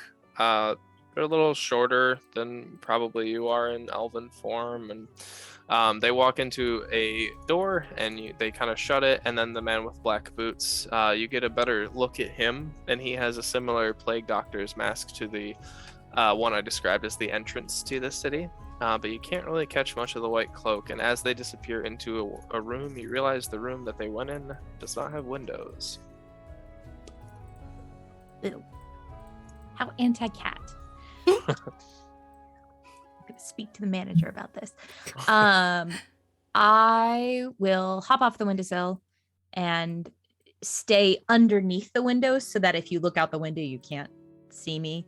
And I will trot my way back. By the way that I walk is, if you've ever seen that video of the cat that lives in a show horse barn and does like the full-on like happy leg trot and bounces, that's exactly how I walk at all Fantastic. times. So I will make my way back and say, okay, so there are a few ways you could get in. I went Scottish there for a second. Holy shit. There's a few ways. There's a few ways. There's a few ways. If you had the chance to change your fate, would you? I'll be shooting for my own hand. I'll be shooting for my own hand. Jeez, I'm gonna get stuck in that accent. and drop Sorry. it. No, it's. No, I That's just started what it. Virwen sounds like now. Yeah, the end. She's Scottish. I thought she was an elf. God, amazing. So there are a few ways you can get in. I still sound Scottish. God damn it. I'm rolling with it. It's fine. Just keep going. Just It's over. commit. Just Go with keep- it, go with it. Travel the globe. That's what I do. There is a cave-in in the basement that you could go into. I think it's sort of small, but you can probably squeeze through. I was able to get in. I did see someone dressed in white, and I think it might be your friend. I can't tell. And then there was also a man who had one of those plague doctor masks. I really am just sticking to Scottish. Fuck. And he wore very heavy black boots.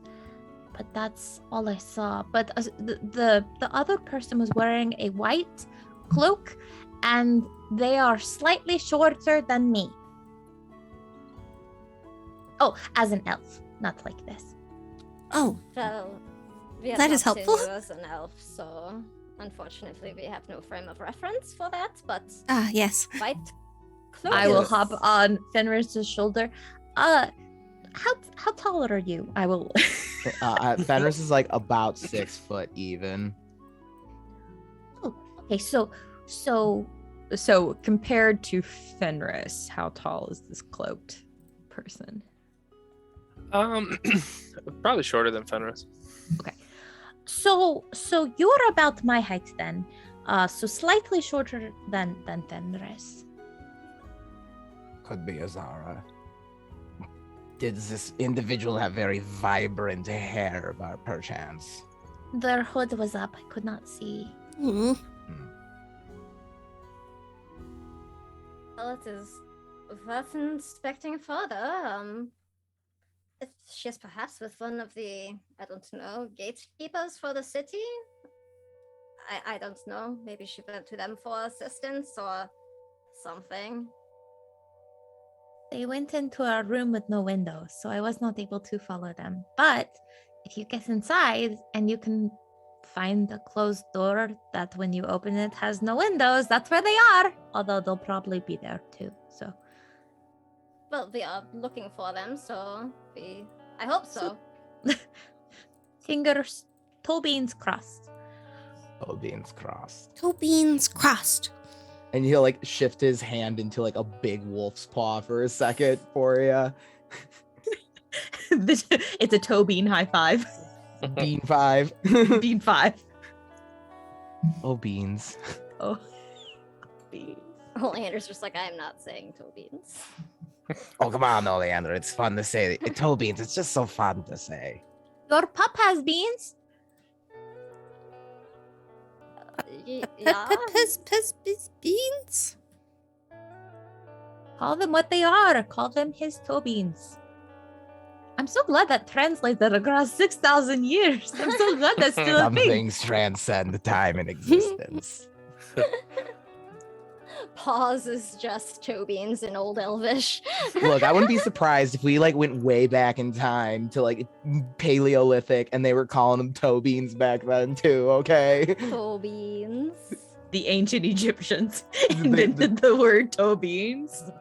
I wouldn't put it past them. Look, they gave You know us what, I'm like gonna- makeup and shit, and they built giant triangles. You know, they could do anything. They probably gave us toe beans.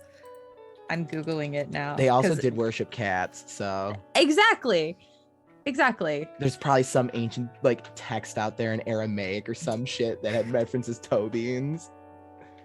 All right, well, speculative history aside, I was gonna say, while everyone's talking about toe beans, Oleander's just gonna go up and try the door. yeah, why not? Just It's open. It's unlocked.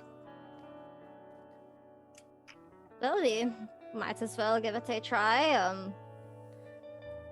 We aren't exactly trying to be secretive at this point now if we think Ezara might be in.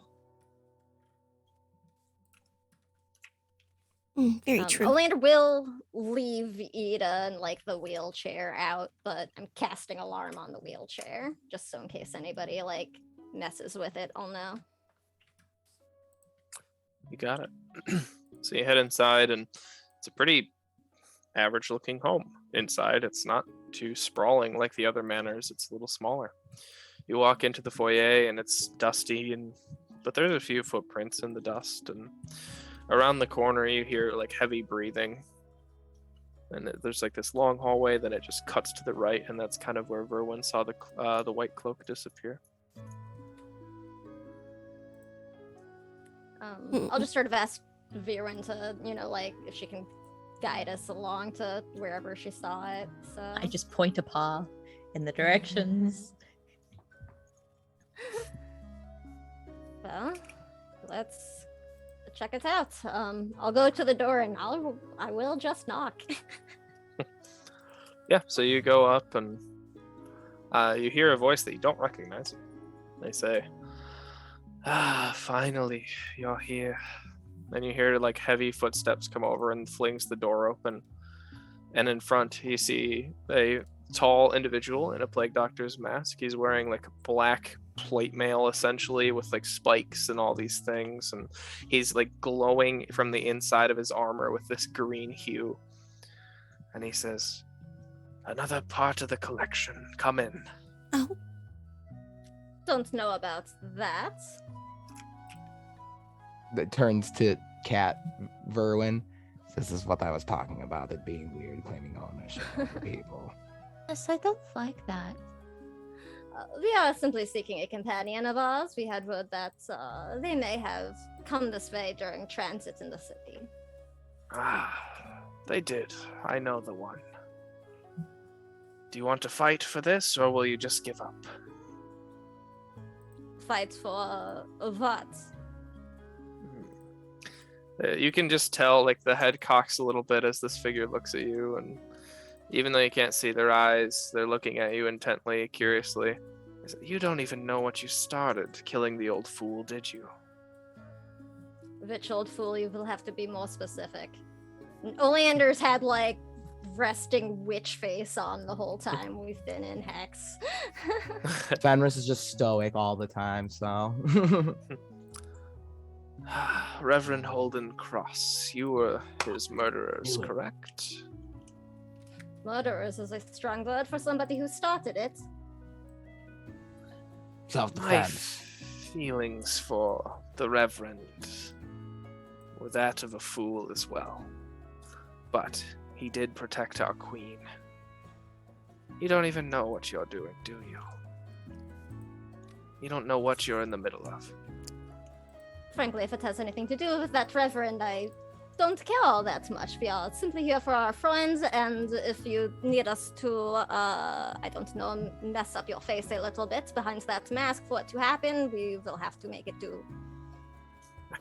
He has like this deep laugh, and it's a little pained. All right, we fight for it then. I can't let you get to our queen. And I'll ask you all roll initiative, but we're gonna go to break, so you boy. can do it. Okay. You can do it goody. on break. All right, Classic. we'll be back soon. See y'all in a bit. Don't touch that dial. Don't touch it. Don't touch it. Don't touch it.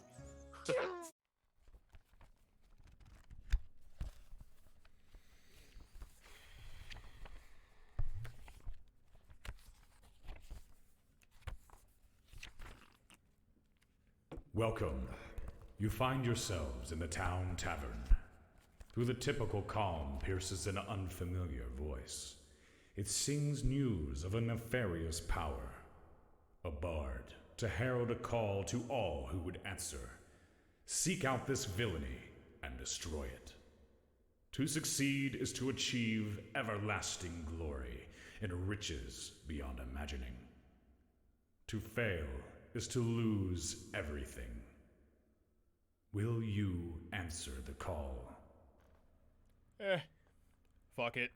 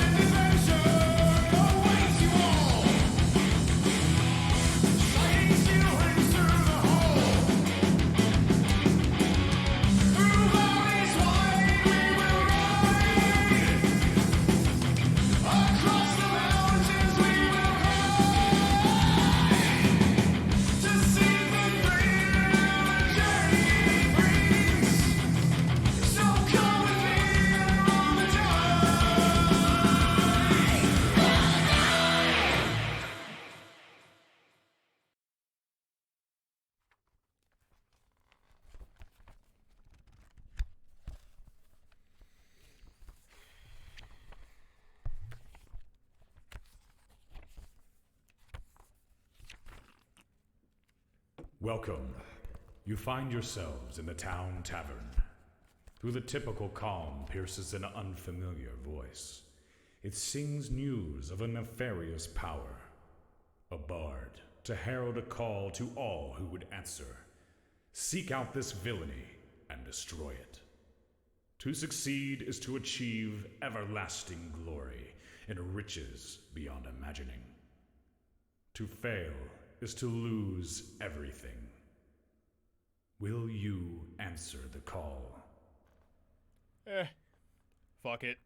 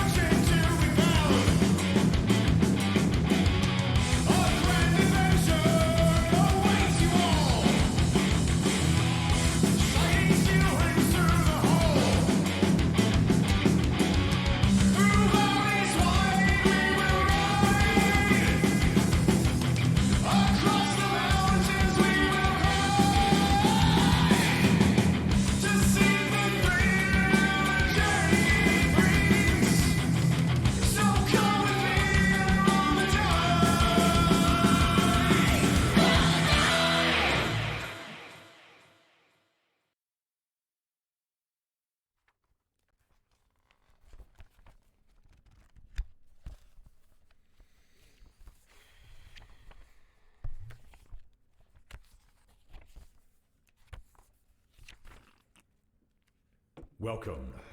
You find yourselves in the town tavern. Through the typical calm pierces an unfamiliar voice. It sings news of a nefarious power. A bard, to herald a call to all who would answer. Seek out this villainy and destroy it. To succeed is to achieve everlasting glory and riches beyond imagining. To fail is to lose everything. Will you answer the call? Fuck it.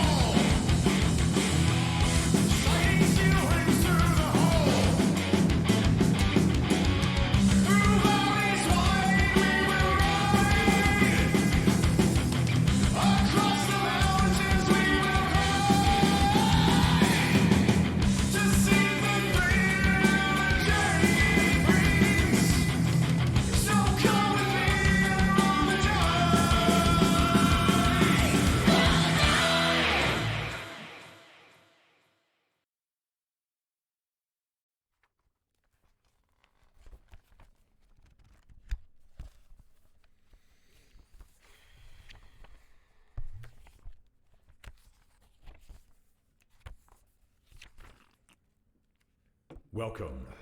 You find yourselves in the town tavern. Through the typical calm pierces an unfamiliar voice. It sings news of a nefarious power.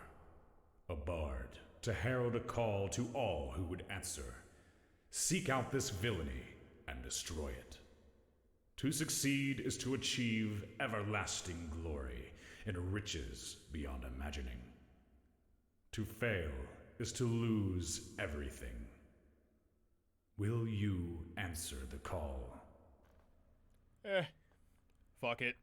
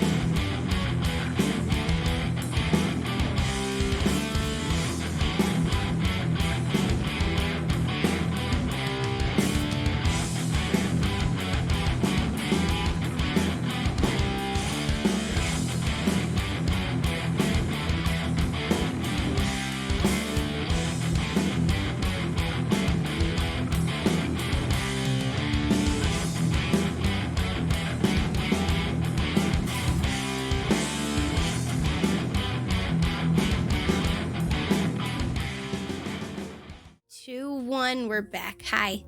Whoa, welcome back.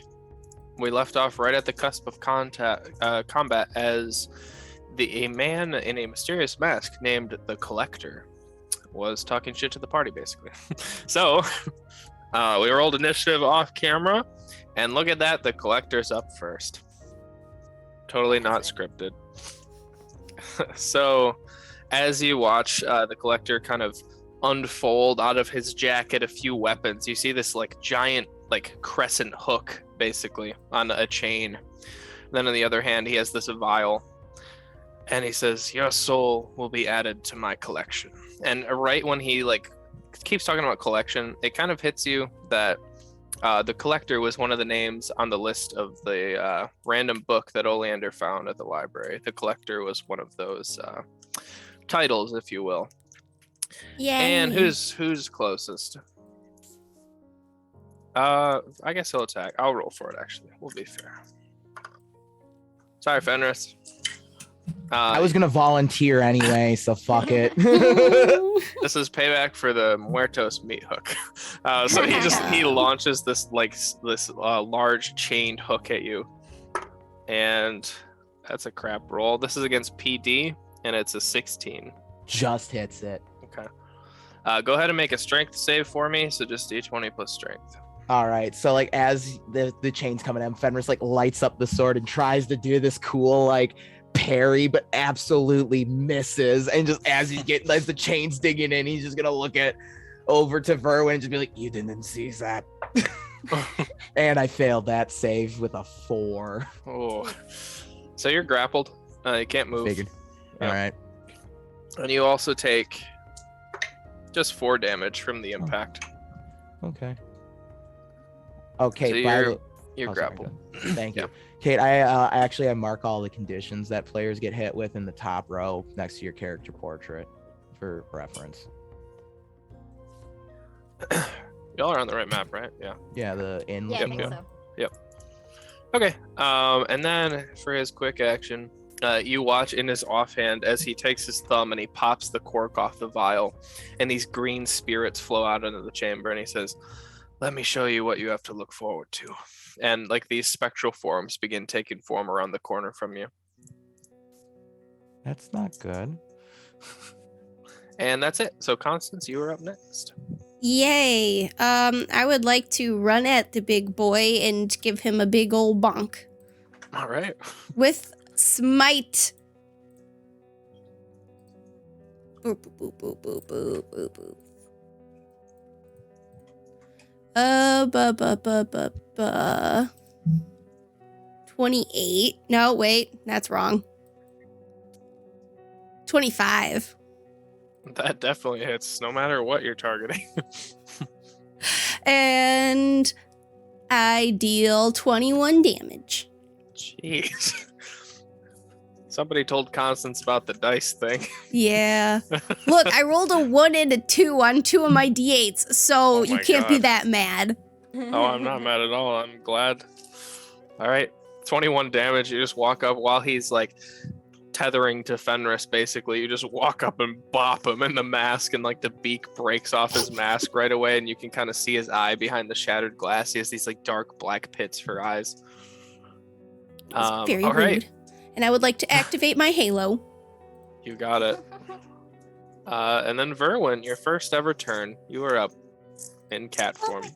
Goodness. So first, I am going to take a quick action, and I'm going to cast Mark with Sigil.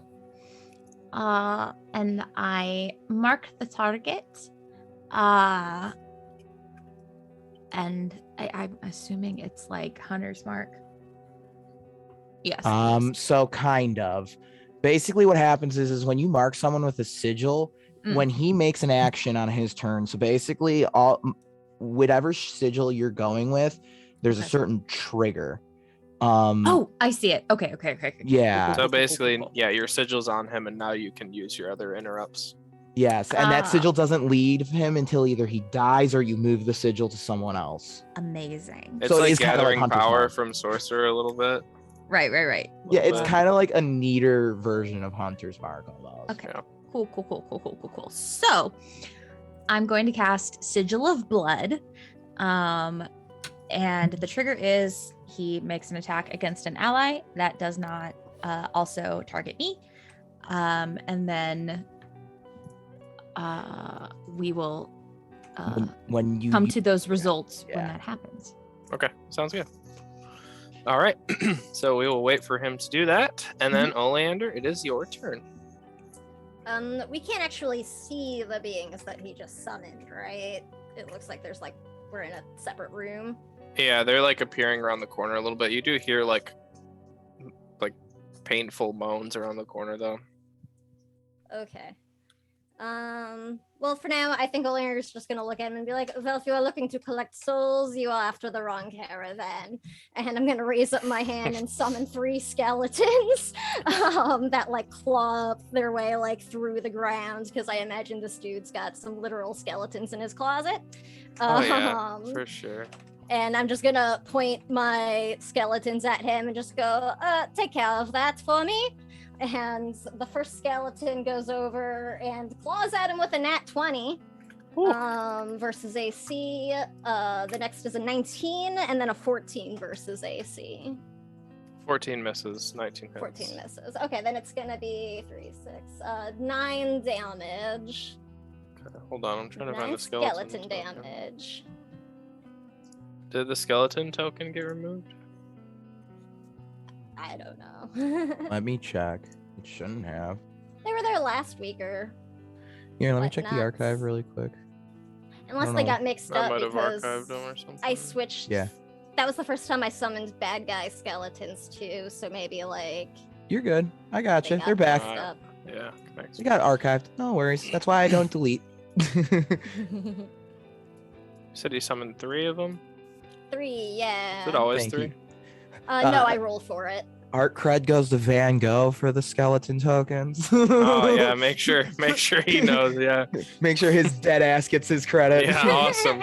Thanks. Shout out Van Gogh. Thanks, Vinny. How much damage did you say? I'm sorry. Was it 9? It was 9, yeah. 30. All right.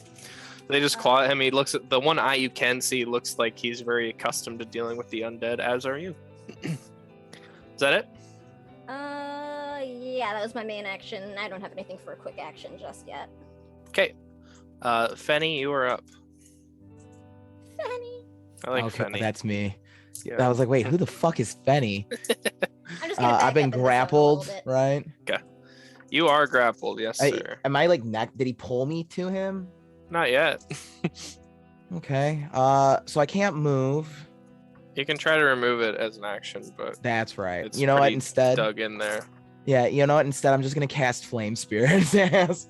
So yeah, Fenris that is like works. in like a wreath of like flames and like autumn leaves. This bow that is made from like an elk's antlers is summoned into his hand, and he just like draws an arrow that catches on fire. And right before Oleander, you would notice right before he lets it go, he kind of just closes his eyes, adjusts his aim, and just says, "Malefax guide me."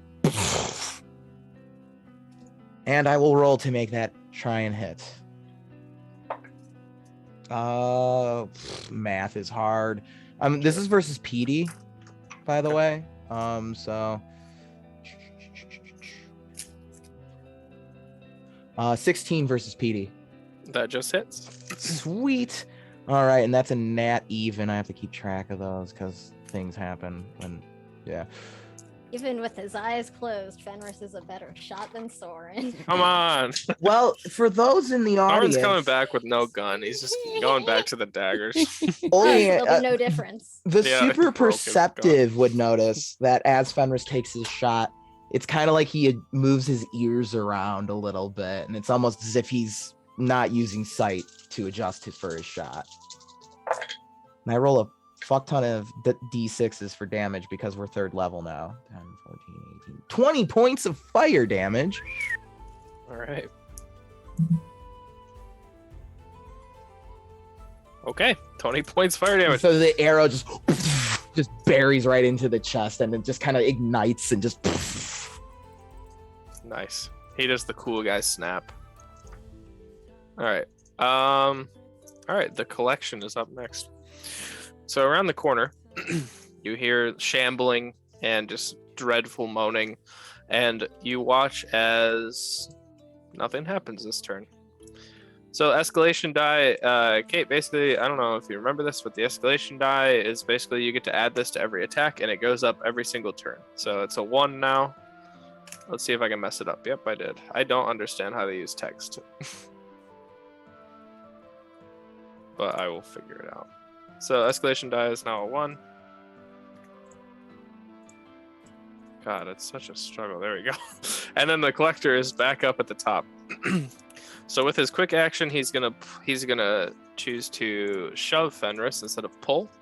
Fenris, you feel yourself, you're attached to this like chain, and he like pulls you towards him and then just pushes you away and just smashes you through the whole wall. Rude. So you just tumble out into the hallway with all of these, the collection. And you can now see that they're just these kind of like pale green spirits who have different visages and were other people in life, but are now at the collector's whim. So that's Goody. not great. Yeah. And you take 1 point of damage. Wait, as so is you that an shatter attack through. technically? I'm asking for Kate. Oh, yeah. Yep. So Kate, you could use your interrupt then off of Mhm. that. Then I will do that. And so let me Blood sigil. blood sigil. Sigil of blood. Blood. Deal it's negative at will. damage equal to Constitution modifier plus level to the attacker, and you heal hit points equal to that amount. That's pretty cool. That's fucking sweet. But if I'm at full hit points, I can grant the healing to a nearby ally. So I will heal Fenris. Oh, thanks. That's even cooler. God, that's pretty. That's a dope. That's a fuck. I did Thorin some. has that. They weren't kidding. This class is fucking cool. It's So good. you I deal. really like it. What's your Constitution modifier? My con modifier is One, I believe. Yep. 'Cause I just helped you put your sheet Yep. together. It's a Plus- 1. Plus 3 for your level Plus would be 3. 4 back. Yep. That almost puts me back at full. Thank you. Sweet. You're welcome. All right. So Fenris, as you're like smashing through the wall, you just feel like a little energy help you out a bit, and this like sigil is burned into the collector, essentially. I was on your shoulder when you got thrown, and so I Oh. heal you by just flicking my tail under your nose like a little mustache. Good heal. All right. And then that was his quick action. So now with his Blessed by standard tokens. action, he is going to he's going to cast the box on Constance here. So Constance, go ahead and make a intelligence save, please. Intelligence. Oh, good. I'm good at that. 21. Ooh. So you resist. Basically, you see these walls start forming around you, between you and the rest of your party, and start boxing you away from them. And something inside of you is able to fight off this energy, and the walls just shatter around him, and this like green glass is just all over the ground. Oh, And he scoffs. And that's his turn. So I Constance, you're up scoff now. right back. Oh. I And it's your scoff turn. harder and louder to assert my dominance. I am the one who scoffs. You have to T-pose to assert dominance. Make sure you T-pose. Okay, we're gonna do. Actually, I am remembering now that I have a special helmet that I can yell the words "Lion's Heart" and cast Bless on 3 people. So I guess everyone except me. So +1 to your attack bonuses. Nice.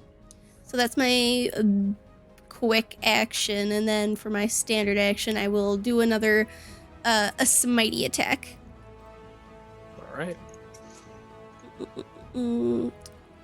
Are we still at Are we at escalation die 1? Yep. Okay. 1.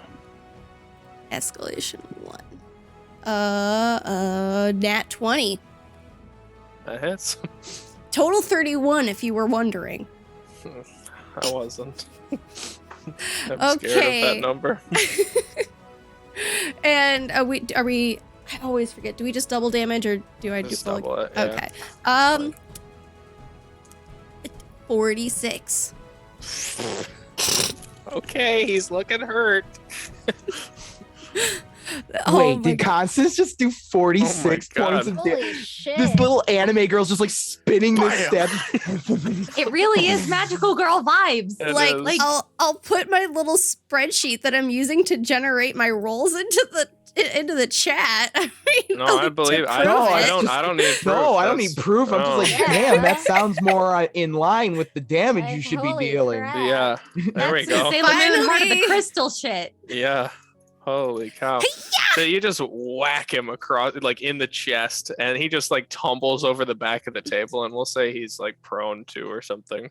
Oh, okay. I'm trying to think of like what that would be. Prone's fine, yeah. Yeah, whatever. Staggered.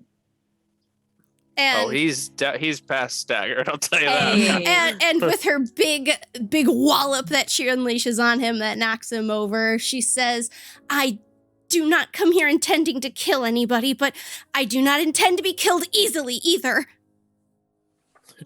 He was already breathing heavy, and he's just like barely holding on, like crawling towards the fireplace away from Constance. Like, I made a mistake. Well, Andrew warned him. The sugar puff. It's always the sugar puff. He's not in a good spot right now. So if that completes your turn, Constance, Virwen is up next, and you just have the collector just like crawling away from you. Just No, can't have that. So I am going to go up to him, and I am going to cast Burning Leash. oh my god, this poor guy. The attack is intelligence plus level versus PD. Okay. And intelligence is, I gotta pull everything up. Intelligence is high because I'd be smart. 5 plus 3 is 8. Plus the escalation die, which is 1. Plus, oh god, plus what else? So okay, so Then you just roll. Yeah. Yeah. Oh, then then just it- roll. Doi. There's a reason it's a polyhedral. That is another 8. So that's what? I 17? think 17, yeah. That hits. If it's Excellent. PD. And it is. Uh-oh. He Not the takes- collector. 3d6 plus intelligence fire damage. Nice. Roll away. Okie dokie.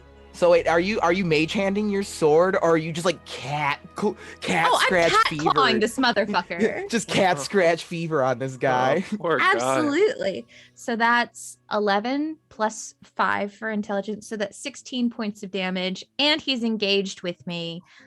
He takes a negative 5 Congrats. penalty to disengage, and he can't pop free or teleport. If he attempts to disengage, he takes 2d6 fire damage. Oh my god. This poor Amazing. guy. From a He cat. started He's on it. fire again. He started it. Right, this poor guy. He snaps Collect off the this, flame arrow in motherfucker. his chest, and then now he just has a burning leash across his shoulders. He's on fire again. He's like, No, it's like this little kid leashes. It's like a little backpack. he's Oh got- my And I yeah. have the end of the leash in my mouth. And I'm like, no. Oh no. Okay, well, I'm gonna tell you all now. He's very hurt. So, Oleander, you're up next. It's only been one round of combat. No big deal. Amazing. He got blasted. Yeah, I don't even like want to waste any of my big stuff, so I think she just sort of like walks over like behind her skeletons as they like climb over the like table to where he's prone and start clawing at him, and she's like, "I told you so." And my skeletons, I've got versus AC 17, a nat 20, and a 21. Fucking skellies. So Yeah. that's gonna, I think they all hit, right? His AC's 19. So yeah. 19, okay, so 2 hit. But 1 is a crit, so that's another 9 from the skeletons. I and love these skellies. They're I love them so much. And then I'm just gonna go ahead and I'll just gauntlet of death him because it's at will.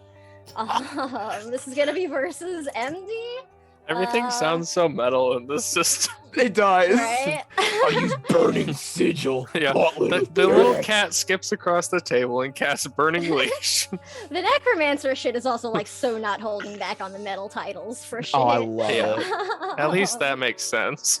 Right, so Gauntlet of Death, that's going to be 18 versus MD. That misses on MD, but you said skeletons did 9 damage, right? I did. Yeah, Oh, he's I dead. did forget the bless, so it's one more. He's dead. So the skeleton's just like as a cruel joke on someone who has collected undead souls for the past forever. You just watch as your skeletons just maul him to death between the burning and the head contusion he took from Constance. And this man is just a plague mask by the time things are over. I like to It's- imagine the skeletons ran so hard through the table that they just launched their torsos. It's like they move with like that sort of like creepy fast zombie jerky motion. Oh, yeah. That's like really unsettling. Oh, yeah. And I do want to note it is probably unsettling even for the party because Olander's just like standing over this guy watching her skeletons tear him apart. And Virwen, you've never seen her cast, so when she does her necromancy, her eyes turn pure black and she gets these like shadowy veins that crawl down her eyes and lips and like up her arms. They like Virwen. linger for a little bit, and then when like the magic sort of fades, they like go back away as the combat ends. Virwen with a leash made of fire in her mouth. Cool.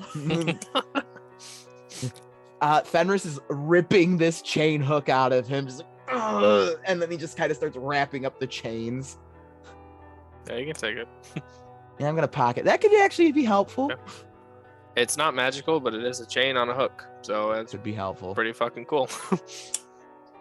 Aren't you glad for those extra potions now? Yeah, and Virwen is quite the magic user herself. It was very impressive. Oh, thank you. This is just something that we are taught when we are young. And, you know, it keeps the kids in line, you know? I'm sure it does. But in general, that was some very just impressive. I don't know. I have never seen magic cast from such a long time ago. So it is unique to see these spells in action this way. It's very weird to cast when you only have beans. I'm sure. I do not know how you're doing that because when I am in animal form, I am not able to cast my magical spells. I don't know either, but I'm grateful for it. And then she just she lets go of the leash and like swipes at the air like a cat. Oh my Yes. god. While we're talking, Olander's got her like mage hand going through the pieces of this guy for anything worth keeping. Oh my god. Yeah, I'm using my sword as a torch at this Look. point to just kind of look around. see Look, if he there's said he anything. was a collector. He's got to have some good shit, okay? Also looking for any Souls. keys to maybe get into, you know, whatever weird stuff he's got. I'm staying he- away from any dirt or muck, but if anything looks shiny or something that I can like pick up in my mouth, I am looking for that. There is a Oh. key, so y'all can fight over the shiny key. Cat with the key in her mouth. No. Oh my god, amazing. Just Just running like away ears from go us. back. Yeah. Mine. Batting it on the floor. It's like what I'm picturing. Because it would make that like metallic sound as it goes like skittering. Yeah. Like So my there's cat the- playing there's with the a key. penny in the kitchen. Olander also prestidigitations everybody clean of blood after the fights, so Obviously. But- naturally. Thank you. I think Priorities. I was the only one who actually bled. Yeah, nobody got hit except for You bled on me. I apologize. And he also kind of just he looks at Forgiven. his offhand and it's just all scarred up on the palm. Cleaning up nicely. Cleaning up. What happened? Oh, that's how I. Never mind. No, I'm gonna sit on your shoulder again and you're going to tell me the story. That mine blood reacting with the iron in the blade is what causes mine sword to erupt into fire. Oh, are you allergic or is it something else? Remember how we talked about these fiendish beings that didn't come into being until after your time? Uh-huh. One of them I share a bloodline with, so his blood is in mine veins, and so Oleander would probably explain the arcanochemistry better than I could. Well, So it's a magical allergy. Yes. Is it not uncomfortable for you to cut your hand every time we go into battle? We battle quite often. I have been finding myself needing to use it more and more, and I will be candid, it is not comfortable, but you become used to the pain. Well, couldn't you do something maybe simpler, like extract blood and keep it in vials, and then break the vials over the sword? I could prick your finger.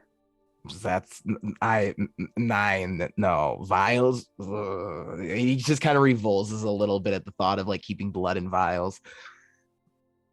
My mama told me to stay away from strange medicine. Well, it is not medicine, it is your blood.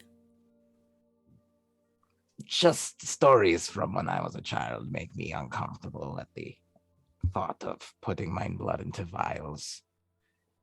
There are people in this world who would be very interested in vials of my blood, and I would rather not make it easy for them to obtain. Oh, I mean, I would not steal your blood without your permission. Well, and then it wouldn't be stealing. Why would you want my blood? Oh, not me. But, I mean, you do have a lot of blood, and it is kind of special. I guess. I realize I just came from 6,000 years ago, but I do understand that was probably not the best sentence to say. Probably. Constance, who do you know that has an interest in lycanthropic blood? Oh, I wasn't even thinking about that part. I was just thinking about the clairvoyant part. Oh, but now that you mention it, yes, that would be quite useful. But the clairvoyant part, like, it is part of how we study. We need to find how it is that clairvoyance happens. Is it something special in the blood? We do not know yet. Of course, the only samples we have are from me and Mother Superior, so that could be the issue. Wait.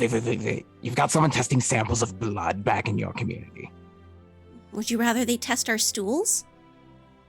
No, I'm just sorry to be uncomfortable. Just talking about my blood in jars and things. I think I need a moment. Oh, sorry.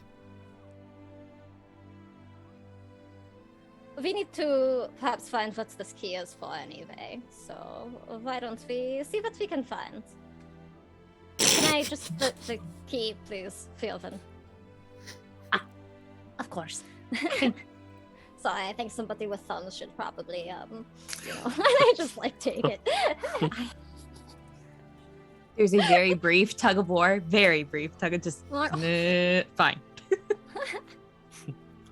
Cats.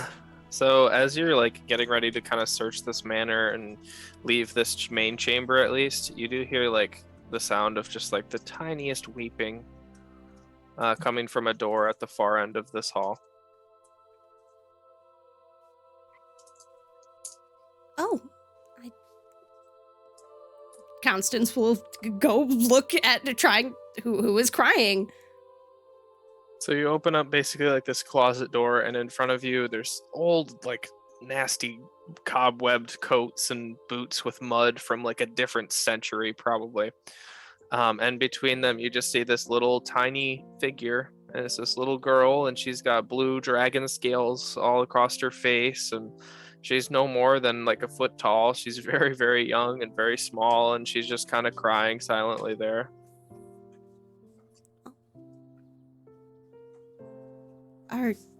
Hello? And she looks up at you and she kind of wipes her tears, and she kind of puffs out her chest a little bit to fight you. Oh, I am not here to fight you unless you are here to fight me. And she kind of deflates a little bit, and she walks up to you and just kind of holds onto your shin with her whole body and just doesn't let go. Okay. I have adopted a person, I think. But we are not adopting anyone, Constance. I do not believe I have a choice. And Constance will come back out and show off her new friend who is clinging to her. Is this like one of those little I can't remember what they're The called. Petra, no, it's not. The little Petra things. No, they're not. Okay. And she looks down and she kind of tugs on Constance's like blouse a little bit, and she has this little scroll of paper in her hand, and she's holding it up to Constance. Oh, am I supposed to read this? Okay. It says, if you found her, then I have failed. Please take her to the one who has tricked the void. Oh. I do not know who that is. Do we know of a person who has tricked the void? Is DM, does that turn of phrase ring any bells for me? Oh, definitely not for you. Granted, it's been 6,000 years, Yeah. and I barely understand what they're talking. So That was post Virwen, yeah. What about Oleander? I'll say no. Just in general, that's Okay. kind of like you're not really sure of anybody who's tricked the void before. You don't even really know what that means. Like, Right, that's why what I was is just there like, to trick does of it... the void? Yeah. Right, okay. That's not like anything familiar to me, at least.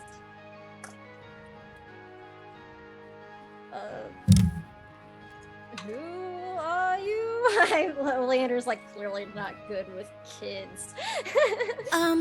She has She- not spoken yet, but, I do not know. Can you? She just shakes her head no. Hmm. Well, I suppose that can't be helped. Can you write for us? She shakes her head no. she's obviously nodding her head and shaking her head. She can at least answer questions. Yeah, I was going to say, do you understand what we are even saying right now? Maybe she does not speak common.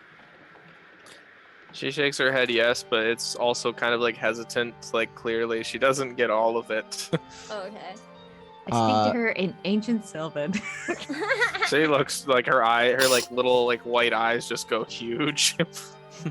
My eyes turn bright white. I She's just stare like- into the abyss. She hides behind Constance's leg a little bit. It doesn't happen. I'm just a cat talking to her in ancient Sylvan. Hey, It's fine. that's an ancient cat. Is she an elf? Is she? She looks dragonborn. I mean, she's got blue scales, but they haven't like covered her whole body yet. Like she's a very young dragonborn, still growing into her scales a little bit. So like a little dragon person. Hmm. Okay. Fenris will approach slowly, kind of again crouching down to the kid's level. Pulls out a peppermint candy, Oh no. unwraps it, and reaches out to the Oh child. no. Our greatest I foe. hope she's not Court Moth. She grabs that thing and she devours it. Because we went to that candy shop in Briar or whatever, right? There was one of those, Like right? the joke store, yeah, the Yeah. toy store. There's candy. Yeah, she takes that thing and she just devours it. You can hear her little dragon teeth like crunching too early on the peppermint before it's like soft. She must be very hungry. Oh, well, we should get some real food then. I know firsthand that too much candy is not a good experience. No, I'm just trying to show the child that we are friendly. Fräulein, have you seen somebody while you were here with white clothing and purple hair? Shakes her head yes. Do you know where she is? She shakes her head no, but she like lets go of Constance's leg and her blouse and like steps back a little bit, like a little look at me pose. And then she like begins talking in Draconic, if anybody understands it, but it's like so Ooh. hushed you can't even like hear it. Like she's just so small. I And- don't think I know Draconic. You have the I linguist don't feat, know. though. Yeah, but but you do- have do- a Oh language. yeah. Yeah, but does that include Draconic? Yeah, it's like any I language. thought it was It's all languages. Speak all yeah. normal humanoid Draconic. languages. Draconic is the language great. of Orcish people. Oh, okay. Yeah. So yeah, like, Draconic's like widely spoken in the setting. so we can understand each other well enough. Yeah. And you know that she is she's not really speaking words, but she is casting an incantation. Oh. And you step back, and she twirls around, and she's instantly looks exactly like Ezara. White cape, purple hair, and she's the same height as Ezara would have been. That's the person that I saw. Yes? Yeah, Is that right? that is our friend. That's the one. Yeah. But you don't know where she is? She shifts back into little tiny blue form, and she shakes her head no. Is that something we may call you? Apologies, Constance. Oh, no. Shakes her head no. Well, you can stay with us if you would like. I don't want you to have to be alone again. She kind of clumsily walks up to Constance and just like grips her hand. You said she's only like a foot tall. She's very small. So Constance is just like, ugh. She's got a pretty firm grip though. Like she's, Oh, the kid death grip. Yeah, I know kid that grip, shit. Yeah. Would it be offensive if we called her Lizzie? Because she looks like a lizard. I would personally find it offensive. Perhaps we would, but perhaps Bluey? again, What about Bluey? perhaps names are better left unsaid right now. But people always feel better when they have names. Maybe when we're not in X. At least when we are back in whatever rooms Dutch has for us, we will have some semblance of more privacy. I don't know who or what else might be in this abode. Okay. I am going to jump off of Fenris and go full, like, adorable cat mode in front of the little child. And show the belly and everything. She doesn't quite get it at first, but then she starts scratching you. And I will... This is wild. I somehow managed to figure out how to purr, and it surprises me. And so I kind of stop for a second, and then I will continue to purr. Amazing. Fenris leans over to Oleander. I remember the first time I was trying to get used to being an animal. So as she shifts back from Ezara to herself, you do notice a slight change in the fact that she has little tiny Fenris horns growing out of the top of her head. Oh, that's so cute. Can Oleander recognize the kind of like magic she's using or anything? Yeah, so she go ahead and make an intelligence check. Sure. Just backgrounds, whatever you got. Oh shit, I rolled like crap though.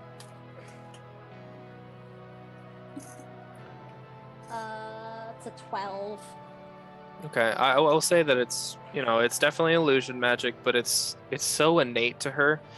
A 1-year-old kid that said that simple magic phrase should not be able to transform as efficiently as she did, let alone grow 4 feet.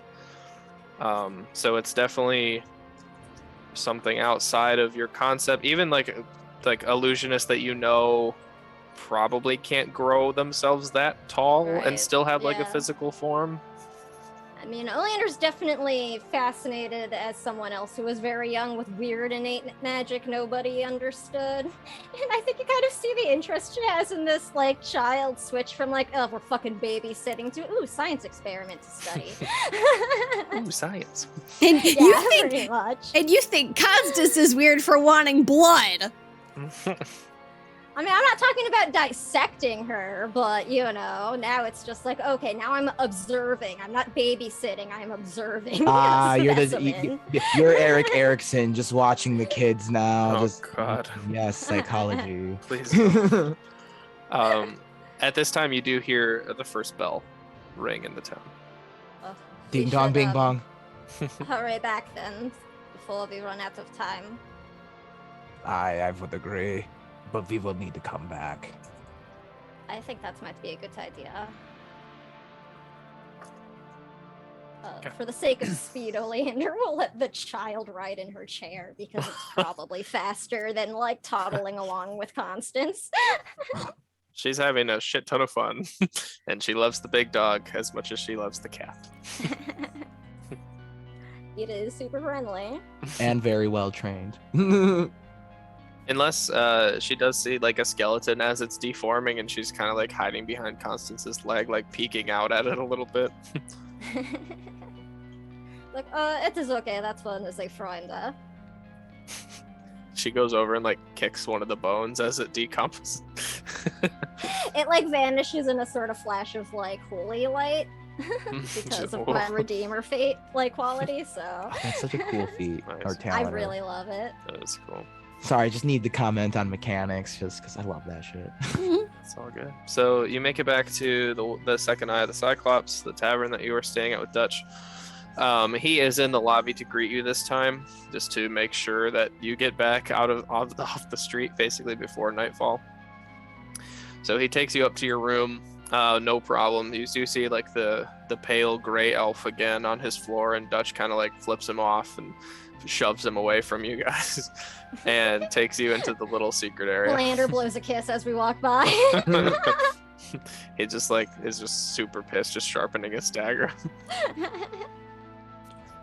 Dutch is by no means runs this town, but you know that he at least has priority over this guy, so you can take solace in that at least. Hard not to. So he leads you into this little secret chamber again, sits you down. He's like, "Did y'all pick up a stray?" And he points to the little blue girl. Not the one we were looking for, but not quite sure what to do with this one. I don't imagine there's a sanctuary for children in Hex. Elander's like tone is very much like she knows it's not a real question. Yeah, you want to see the only children in Hex? And he like walks over to a window and points outside, and you can begin to see like your first glimpse of the children of Hex, the Pecha. And one of them is like crawling through the streets, and they just have this like little tiny gray body, and these just like bright yellow eyes, and these like black long fingernails, and they look as terrible as they were described. Oh, lovely. Yep, don't take one with you. Like I said, they'll curse your whole ancestry, past and present. All right, well, good night. And he just like walks away into the other room. Elander's like processing a litany of self-deprecating jokes about her family she could possibly make right now. All right, so y'all have the evening if you want to have any scenes. I'm sure there's some conversation to be had around in the general area here. So if y'all want to chat with each other, other than that, or we might wrap a little bit early tonight, just because I don't want Lucy to miss too much either. That's fair. Yeah, Yeah. that makes total 'Cause sense. we are looking for her. Yep. Right, So that's the other thing is it's like we're not gonna be like, let's go do other stuff while Ezara Hey, it's Ezara. in Yeah. this hell city. No, that's fine. It's intended. I mean, it's all good. That's intended. I wouldn't lead y'all down that path. I mean, it's okay. The last time Lucy was missing, we shoved Ezara into like a weird alien cocoon thing. So That's totally not what's going on now. sorry, Lucy. We love you. Well, she got wings out of it the last time, so I mean. Oh right shit! on. I'm gonna have to up that gift. Damn it. She got wings and the lance. I think she's fine. No more gifts. No more gifts, please. Instead, this time you get a party child. Congratulations. Yay! Look, I'm not mad about it. Just what Olanders always want. So if y'all would like to chat in the general chamber, you can also pull Dutch if you want, but he's giving you space. Yeah, for sure. I don't really know if like Constance has anything that needs to be talked about right now. I'm like trying to think if there's anything we maybe want to like just go over before. Look, calling it a obviously I the do have blood one last thing, conversation but- didn't go over Blood. well, so she's not gonna try that again. So about that blood. night, right? Well, Fenris was gonna actually talk to Constance again about that, about the blood thing. So at some point in the evening. But as I said, everyone else can go first. I have already chewed up scenery like I'm Charleston Heston in the fucking Planet of the Apes over here. So God, what a deep cut. we watched in a class in college. We watched quite a few of them because it was like a watching historical movies class, and we all we could talk about is how that man chewed scenery. That was us in the Maltese Falcon. so I feel you.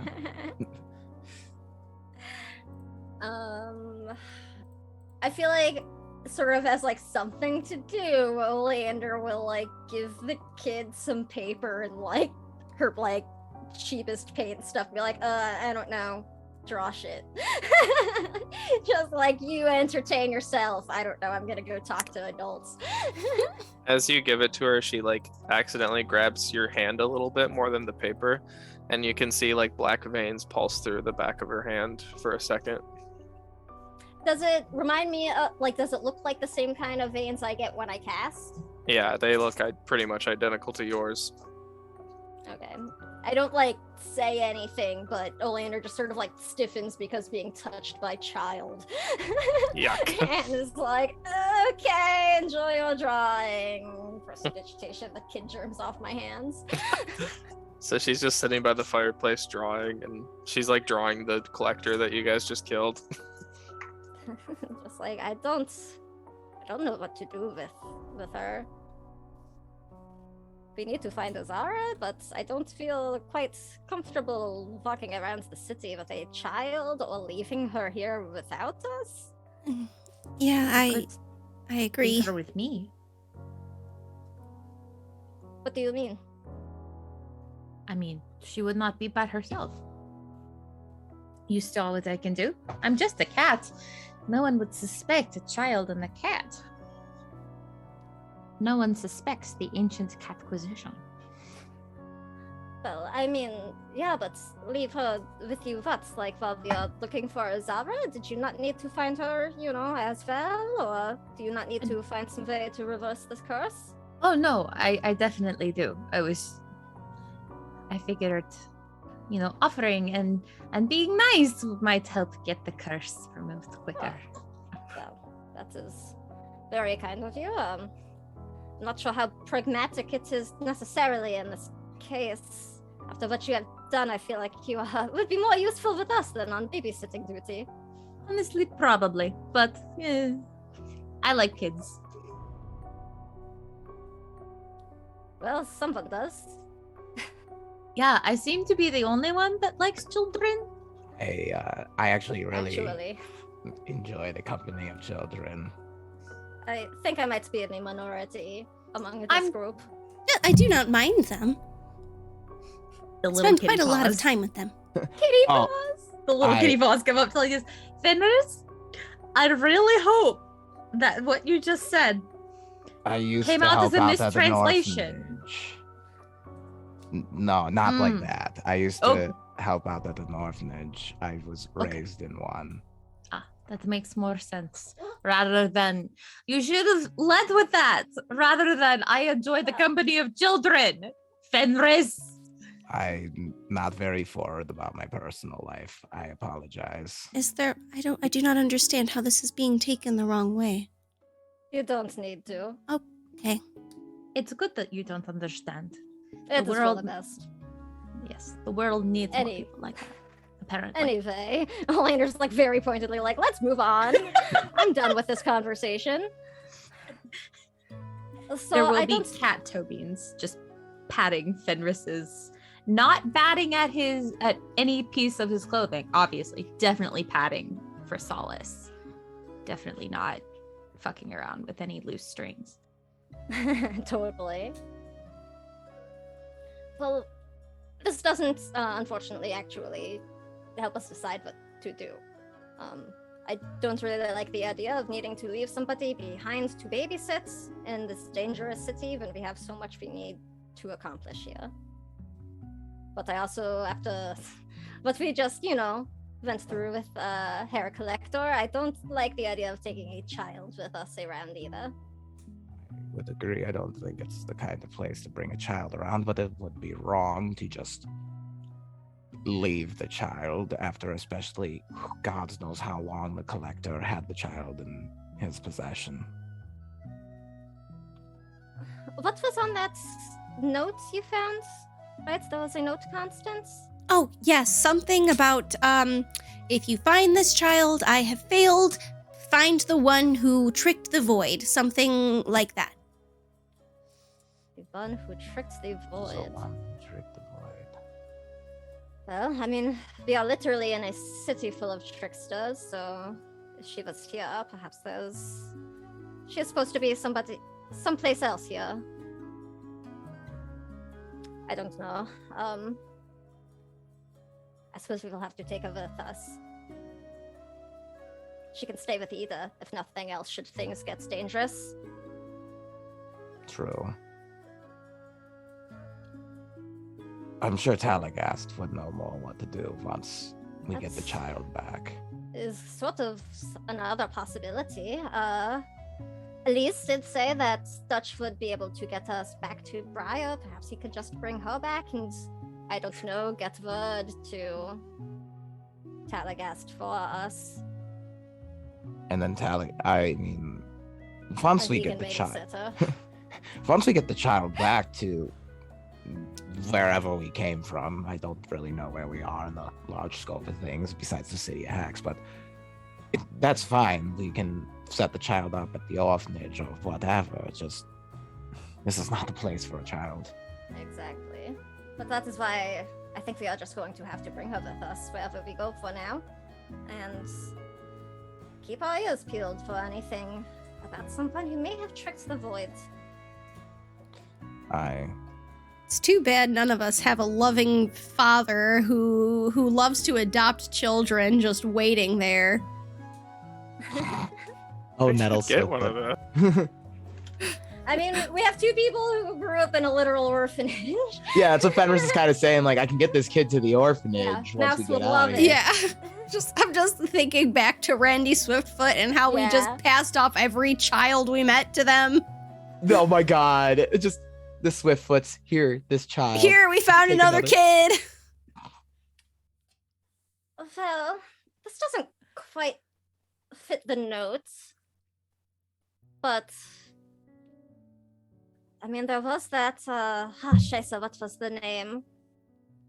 Locke somethings? Mr. Locke, who Yes. managed to weasel his way out of a deal with Nock. Not quite the void, but it is quite a tricky feat. And wouldn't unlocking the void be the greatest treasure to discover? Perhaps. I don't know. It is the only possibility and of sort of only mention of anybody, I don't know, with some level of power specifically that we know of in the city. And this Dutch did mention that this Locke figure is not to be trifled with. No, I believe he implied he is something of an archlich, so we will have to perhaps find some way to get into their good graces. Or perhaps it's like the opposite around here, and all the good people are kind of like considered arseholes, while the rest of them are considered normal. I don't know. Did you see the condition of their house? I'm sure I've just. I mean, geez, mow your lawn. What are the plants? I'm that? I'm a fan of the more natural look in the yard myself, but I agree it could use some. There's natural look and there's neglect. Active neglect. Leander's like, I'm judging his furnishing. This is over. Fenris is like, I agree. He needs to like trim the trees at least. Jesus. Leander's like, you're not agreeing hard enough with me. Well,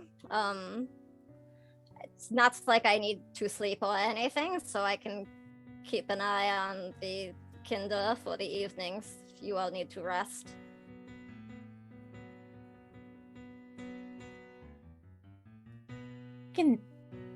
I'm still pretty fresh. I mean, I can stay awake for a little while as well.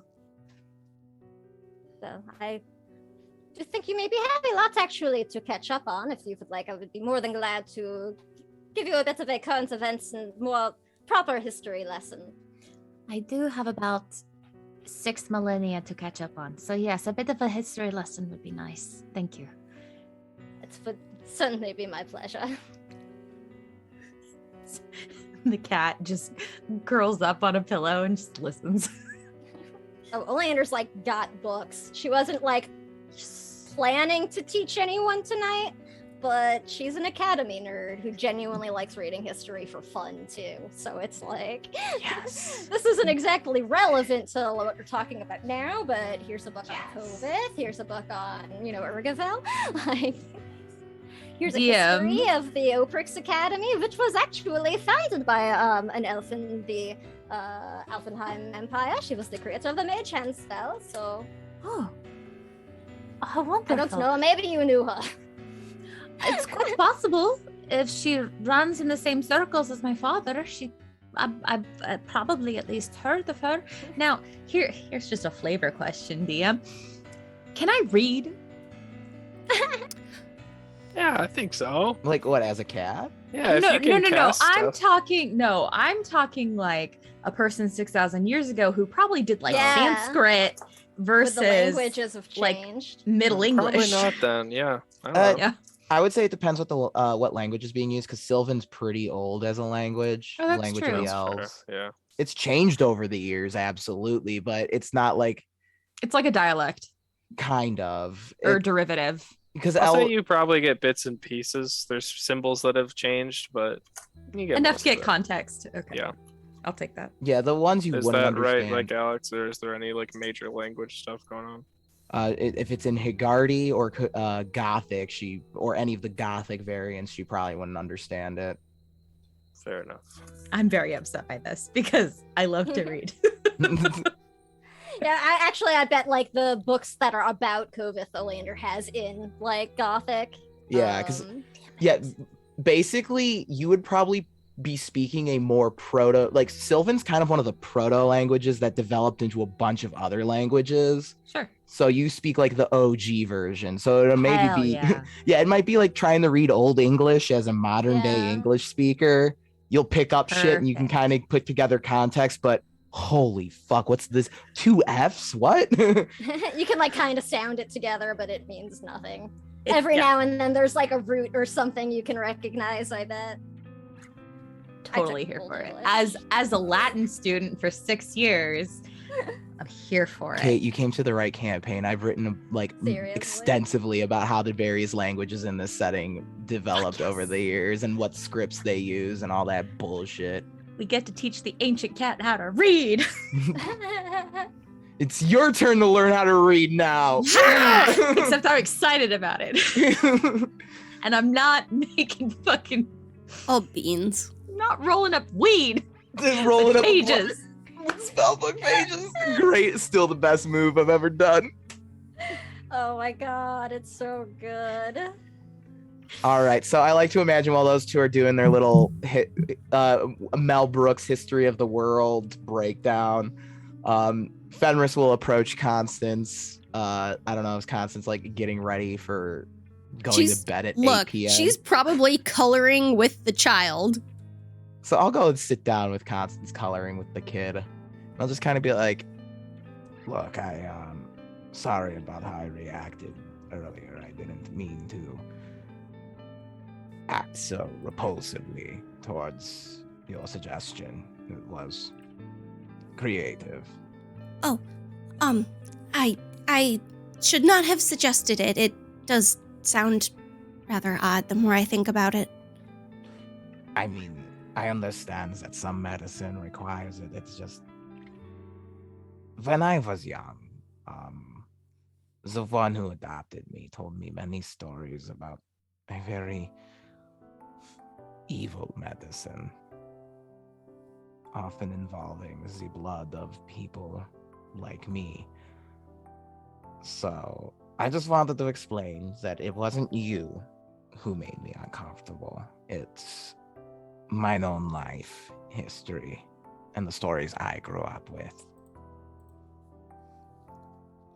Well, I am very sorry to have made you uncomfortable. It just seemed rather painful to have to cut your hand every time we battle, and we battled quite a lot. I appreciate your concern. That's why I wanted to apologize, because I did not react appropriately to your suggestion, which, as I said, was creative and actually a very good suggestion. Well, just worry that you're all the scar tissue, and it's going to keep building up on your hand every time you cut it, and one day maybe you won't be able to close your hand. He'll actually he'll unwrap the scarred hand and show it to her, and then just kind of rest it on her hand lightly. It's not that bad. Plus, sometimes the pain helps to remind me I'm still here, and I still feel something after everything that's happened to me. Oh. I know that doesn't make any sense to you, and you will probably think I am the strangest individual you've ever met. But I haven't told anyone that. And I don't know why I'm telling you, quite frankly. Well, that is a rather sad way to go about that. Indeed. What would you do if you felt the way I did? Like an absolute, let's say you felt like you failed your community, eternal trust.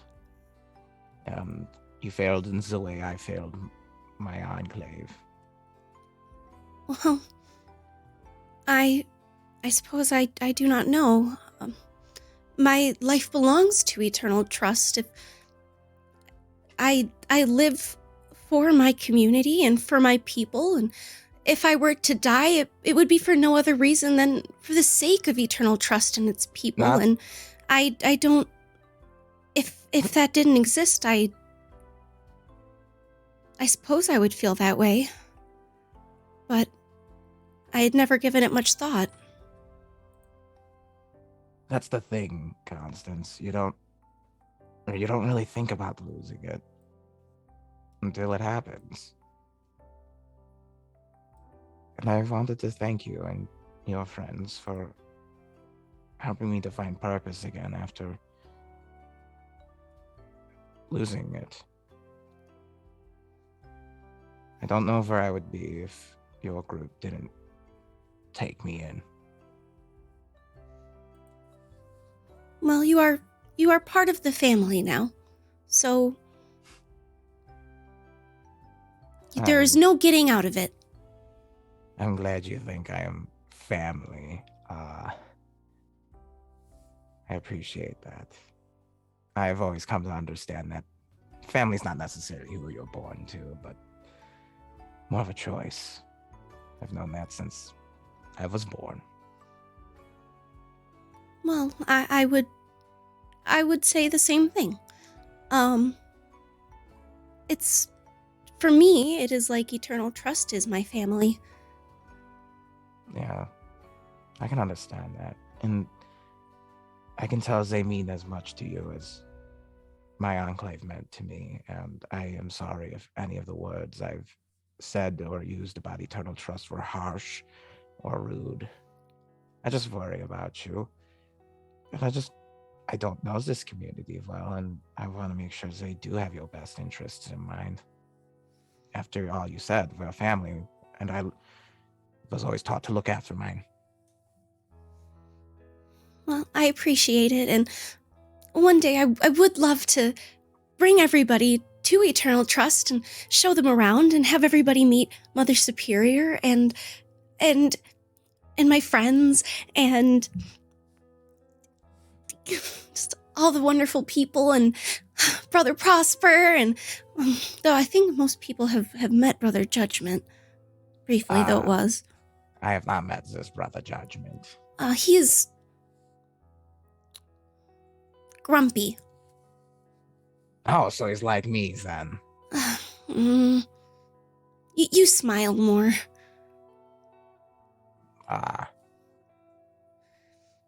But well, he is still very nice, and he takes care of me and the rest of the community, and leads the protectors to make sure that we are all safe. And Brother Prosper is in charge of the library. Oleander would love it. Constance, as much as I would love to know more about the people in your life, I would love to know more about you as well. You spend so much time talking about everyone else. I feel like you give everyone else a good impression of the people you know. But I still feel like there are parts of you I do not know about you.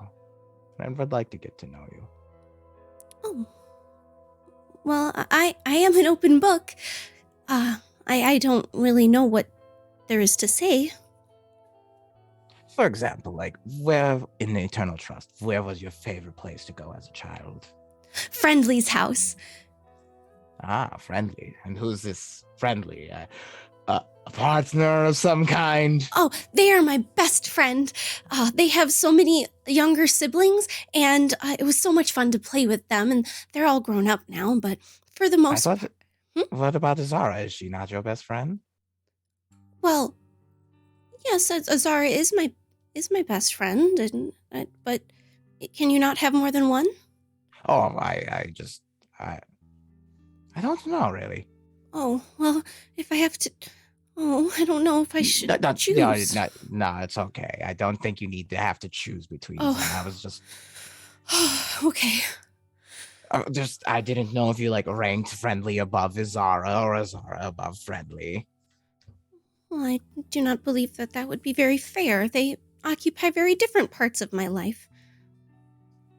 I like that. So you enjoyed going to Friendly's house as a kid? Yes. Well, Friendly's family was one of the groups of farmers, and I loved to help working the field when I wasn't studying or training. And like I said, they had lots of little siblings, and they were always fun to play with. I always enjoyed helping my mama around the orphanage. And that's how I grew accustomed to spending time with children, and that's why I don't hate working with them, like some of our compatriots. Have you ever swung a scythe before? No, Mouse always taught me archery. Oh. Well, I got to try one time when I was visiting their farm, and it is a lot bigger and heavier than you would think, but it feels very powerful. You can cut so much wheat. You do know they make them for the fighting too, right? No. Oh, well, they do. I shall have to get one. Perhaps we'll find one in our journeys. That staff you have is quite formidable. I mean, I think it did the job today. Oh, you certainly did the job today. Well. But let's see. Besides Friendly's house, I suppose Brother Prosper's library would be number 2. We have such a collection of books. I've noticed you're a voracious reader. Finish that book Oleander gave you. How long did that take you to read? Well, I suppose I don't count the minutes. Minutes?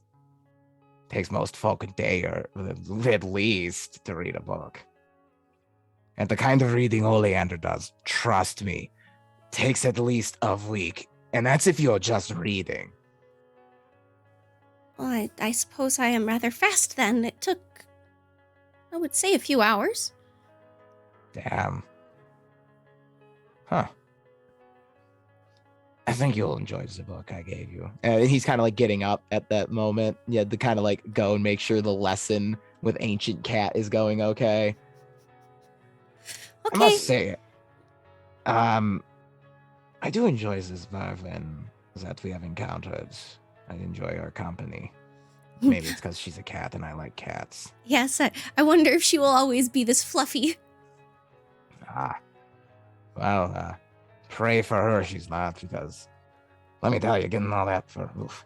Anyway, Constance, I appreciate you for understanding where I was coming from. Thank you for talking with me.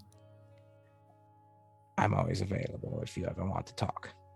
Oh, I'm sure I will have much to talk about after I finish this book. I will be more than happy to listen. And then he just kind of like, shoulder pat. Just awkward shoulder pat because Fenris is terrible at this. And then he's just kind of like, oh, so has Oleander gotten to the part where the demons enters the realm yet? We're still discussing conjugations. And it It's just also turns. had to- I've got like flashcards already up. The multiplication tables. Oh shit. Okay, so now we are going to go over declensions. Okay. The child is sitting next to Virwen, just like soaking everything up. Yeah, just No, is, like, the kid working is on- with me. We're coloring. Oh, This sorry. is true. Listening to this talk with Fenris. I'm just perched on a pillow and my tail is flicking back and forth. It's very much a cat right before it pounces and the eyes are really, really big, but I'm just Oh focusing my on those God. flashcards so hardcore. Olander's having a blast. This is like the happiest any of y'all have seen her. She gets to show off knowing things. Damn it, AJ, why'd you put that in the player chat? Sorry. Why Yeah, why not in the chat? now? Oh no, that's so blasphemous. Oh, no one will ever know but us now. AJ put into It's a our secret. chat. You'll never know. This happens sometimes. We put things into the Zoom chat as in our little call here, and they just sometimes slay us. Sorry. It's not really a session until someone breaks character because of the chat. Like Sorry. Virwen is now Chat. officially recognized as a member of the book club. which Yeah, we're all it's very official. excited about. Yep, even though Man, I that's a- can't read. You know what? Virwen worked her way into the party's heart quicker than fucking the OGs got to know each other. I mean, Cats. Oleander still isn't sure why she's here. Yeah, like we're totally after we get her uncatified, it's gonna be like, okay, what the fuck do you want with Ezara? Like, Know who the fuck are you? She's been sent here to murder Ezara. Yeah, we'll help you. Come on. I'm just waiting for you to say, Laral tell Cassier sent me in for Lucy to be like, fuck. There's still time. Maybe she until won't we watch saw- the VOD. Right? Until we saw that fucking fire leash, we were kind of like, oh, whatever, we can take a cat. Just a cat. Fluffy cat, it's fine. Cat just decimates a motherfucker. Right? It does the bat thing with like his corpse, just bat. Oh my god. We got so morbid. All right, so we're gonna do the one last thing, then we're gonna take off.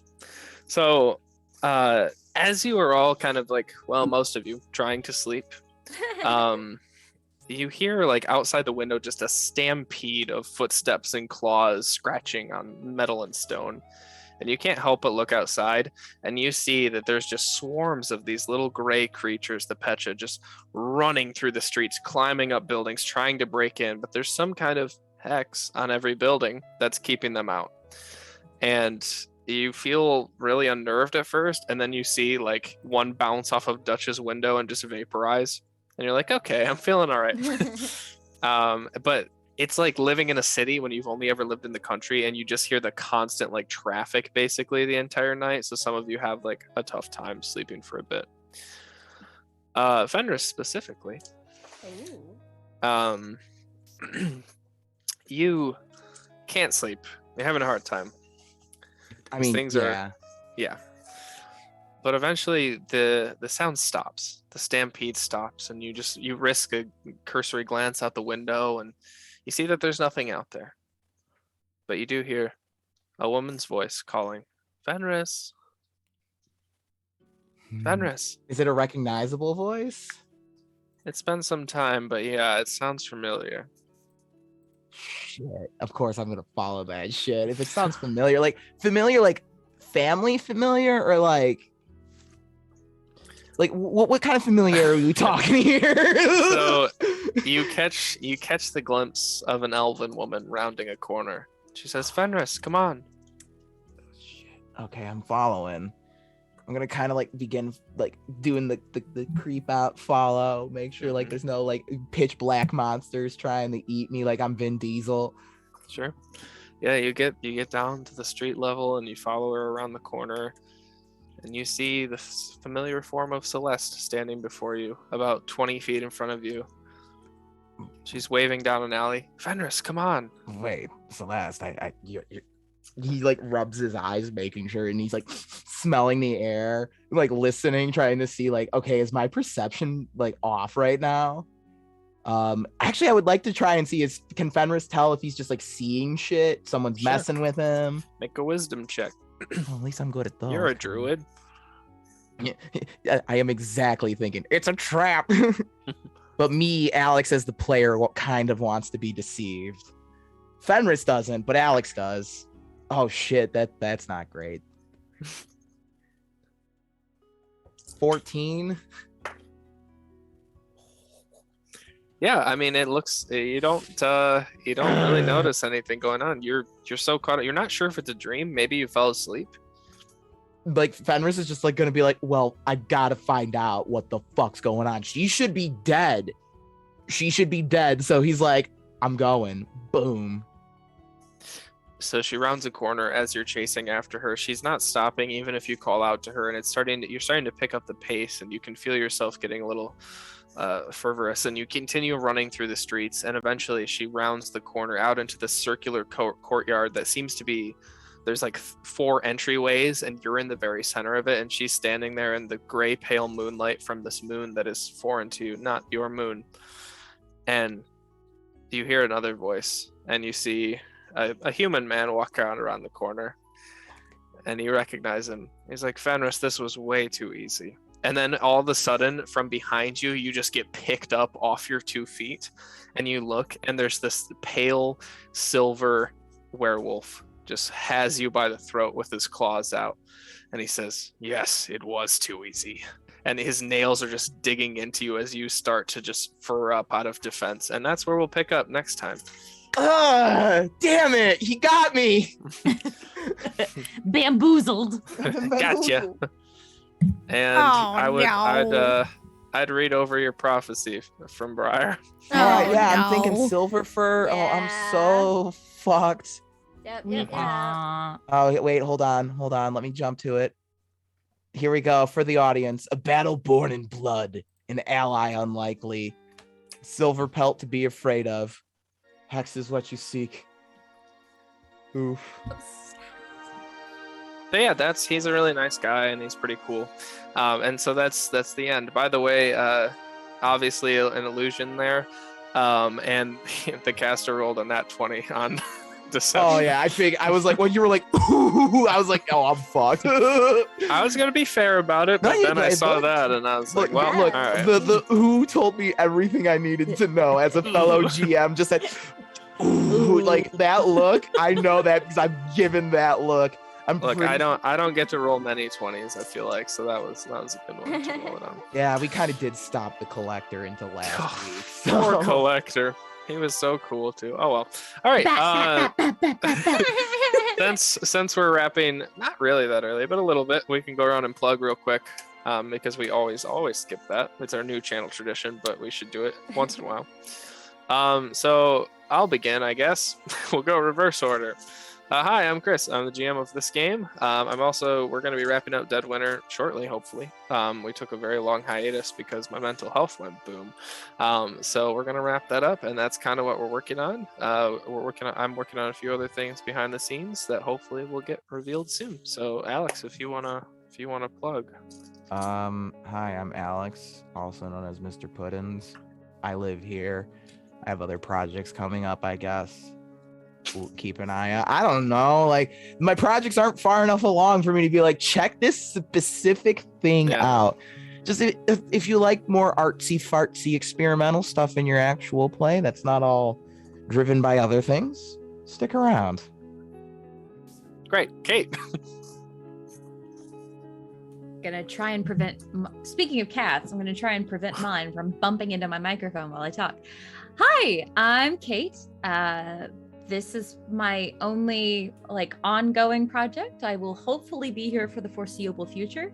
Hopefully Chris does not see my cat and just decide to bat me back after I destroyed his collector.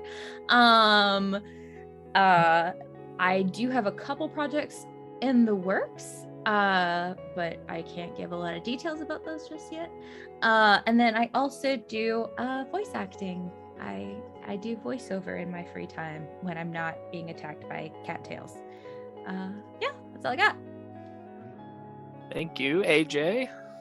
Hello, I'm AJ. I also live here, and sometimes on Fridays when we're feeling up to it, Puddins and I play video games, and we're gonna try. We're really gonna try this week. We're gonna do it. We're gonna try. So be there, Friday, 7 p.m. Central, because we're gonna try real hard. I promise. But besides that, I attempt to make dice at the Jawbreaker dice on the Twitter, but that is not coming along very well because I broke my 3D printer. So, fixing that pending, dice to come. Bye. Thank you. Last but not least, Sam. Everyone, I am Sam. I'm the accessibility director here. Yeah, sorry. You can also find me with No Initiative, who are on a kind of hiatus right now, but we will eventually be finishing the Soaring City one day, because we're so goddamn close, it's gonna happen. Otherwise, this is pretty much all that I am doing right now. I'm hoping to do some more voice work stuff. I do voice acting. Doo-doo. So you can check me out on my Twitter at @thesamwisest. And next month in January, we are going to be running a new charity event here to celebrate my birthday. Probably going to be benefiting able gamers. So make sure to follow us on Twitter at Chromatic Chimera and keep your eyes open for updates for that. It's going to be a good time. That's All I got. right. Fantastic. Well, thank you all so much for joining us. We'll see you next time. Where are we going tonight? Are we going to Shrimps? Are we? What's the move? I think I'm just The gonna take last a grade swim. of the new year. of the year. Shrimps. Shrimps It's gotta be 24/7. Shrimps. Yeah. Shrimps. Thank All right, you. enjoy the shrimps. 24/7. Enjoy your shrimps. Enjoy the shrimps. Good New Thanks, Year. everyone. Whoa. We wish you a Merry Shrimpmas and a Aw, happy shrimps. fish Shrimp year. Here. I don't know. Okay, bye! You can find me loaching around.